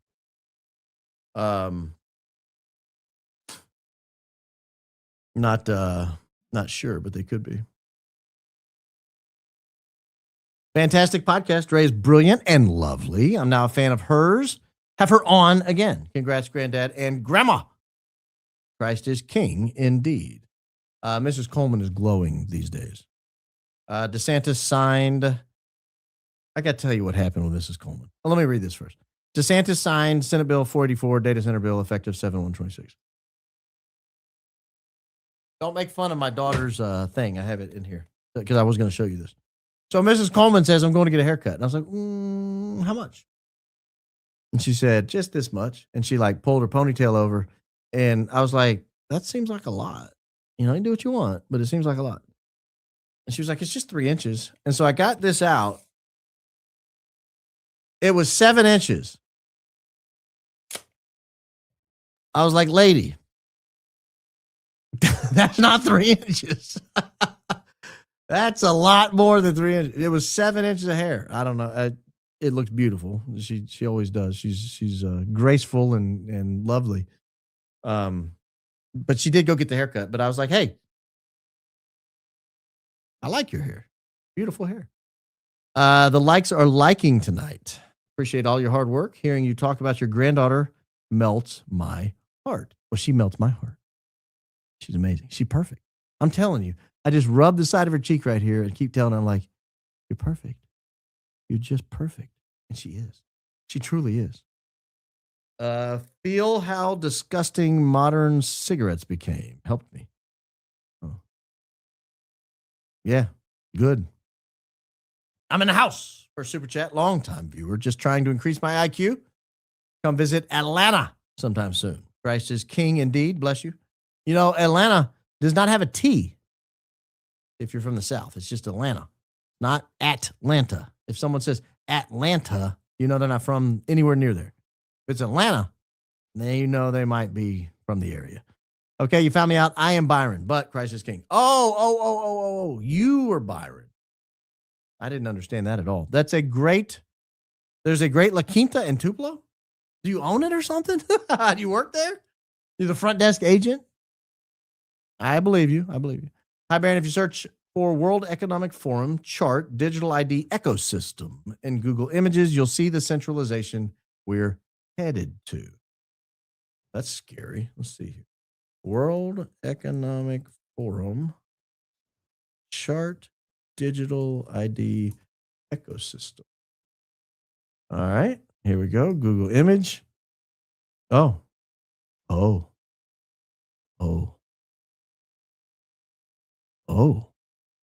Healthcare, financial services, food and sustainability, travel and mobility. Oh.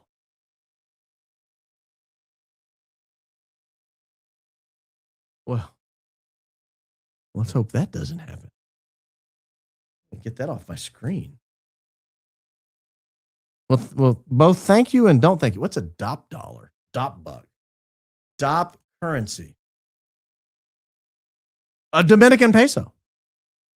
Muchas gracias. Muchas gracias. Thank you. MB, fix a day for interviews and cycle such guests. Maybe fix a day for it. I do at the member show. Scary. Hubby and I are both disabled Marine vets, 36 years of service between us.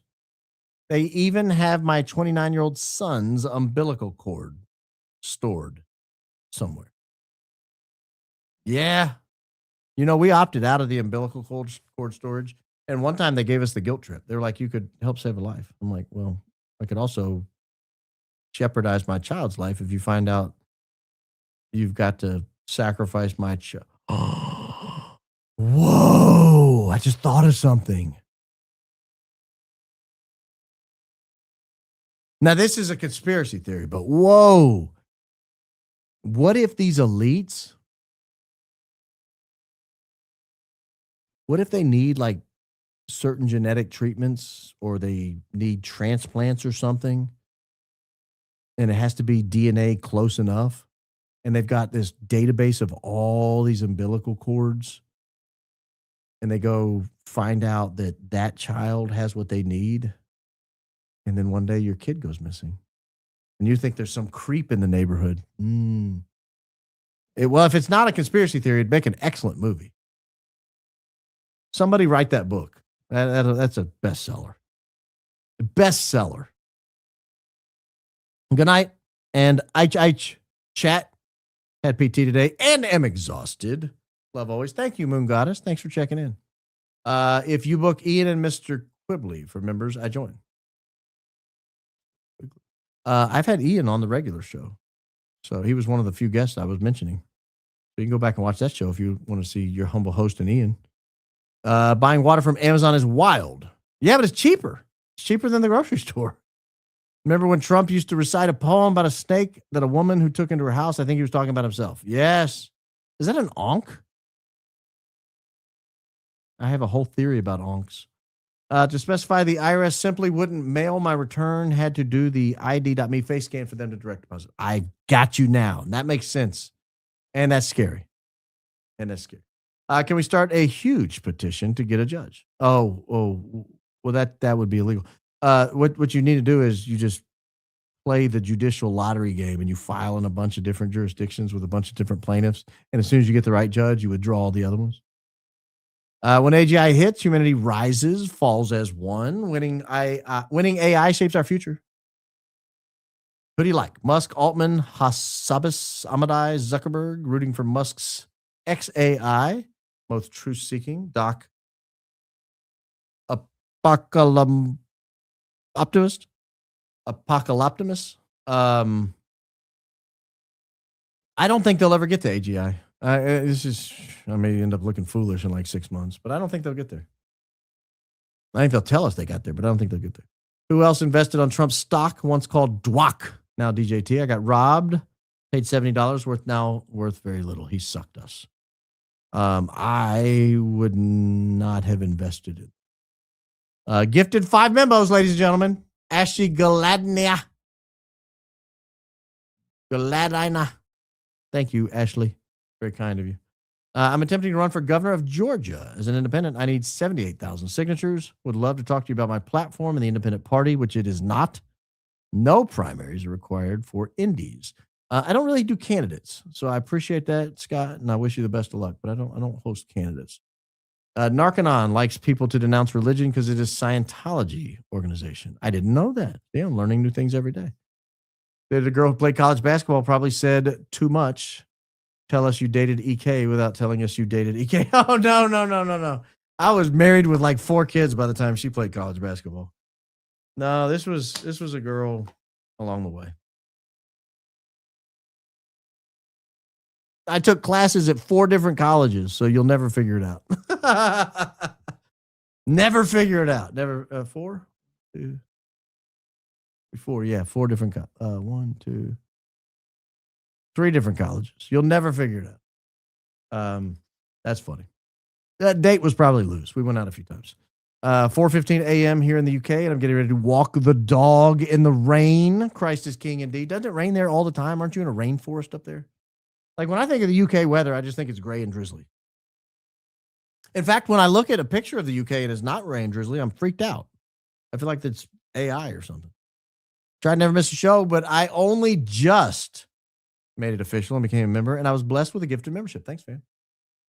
See, that's how it happens. It just falls down on you. The rain on Spain falls mainly on the plane.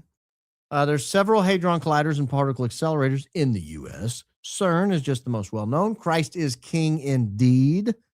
Awesome show tonight. I didn't know that. I thought that was like demon portal stuff. That's what I always heard. Hey, fun fact. I am from Fiji and can attest the water's the best. Christ is king indeed. It's delicious.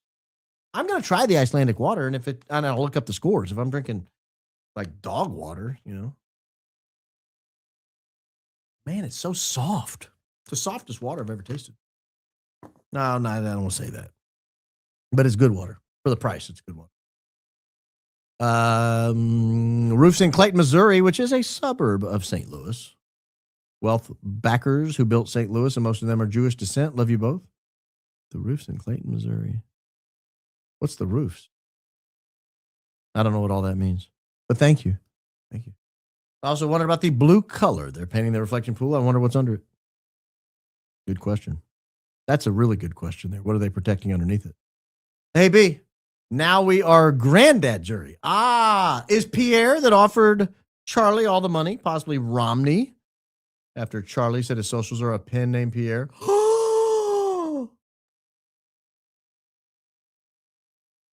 He did have a pen name named Pierre. He was on Twitter as Pierre Delectico or something, wasn't he? Was he? Mitt Romney, Pierre Delecto. Pierre Delecto. That's right. Pierre Delecto. Pierre. That's crazy. Albany, New York data center private company, Guild Ventures.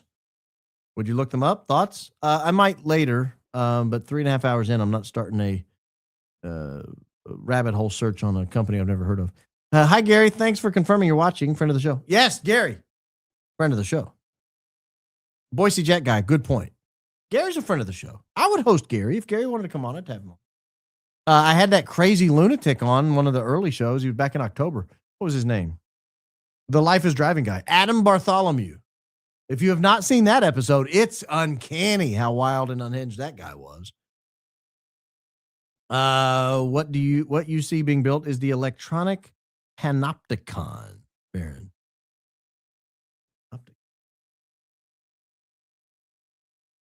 This is going to scare me. Institutional building design that allows a single observer to constantly monitor all inmates without them knowing if they're currently being watched. That sounds about right. That's terrifying. No, I am Hilton person. Best ones, La Quinta. I've stayed in were Tupelo and Jackson. Oh. Jackson, Tennessee? I stayed in a hotel in Jackson, Tennessee one time. 1994, August of 1994. It was a Days Inn. I remember that. Hi, Baron. Try Mullen for your asthma. You talking about Mullein? Mullein? I have it, and I've taken it. Makes me tired. Can somebody please tell me what happened to the original opening song? Bring it back. I've explained it many times. It will not be coming back. It had a nice 10 episode run, and then I'll never play it again. But thank you. You should watch The Island. Elites grow clones of themselves to harvest later.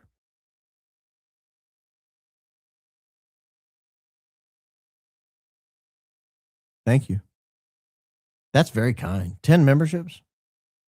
If you guys are getting one of these gifted memberships, go back and watch the Drey membership show. It was really good. I had her on to talk about one of her previous videos, and it was excellent. Great conversation with that one. So go check that out if you're getting one of these gifted memberships. I love this podcast, Baron, but almost everything Drey is deducing about Genesis mission is wrong. It's half amusing and half sad how easy it is to get to CT. Connecticut? I don't know. I don't know. Candace brought up Pierre Romney today. Text that. Yeah. Pierre Delecto. I watched Candace today. Did she bring it up at the very end? Because I had to jump off a little early. We had a guest stop by. So if it was late in the show, I was not able to catch it. Today of totally off topic. My dryer just got on F-wire. I was sleeping downstairs. Oh, on fire. I was sleeping downstairs, got no breath. I woke up. I'm okay. The house is not. I'm praying. Thankful. Christ is king indeed. Are you telling me this just happened? You just survived a house fire? Are you serious?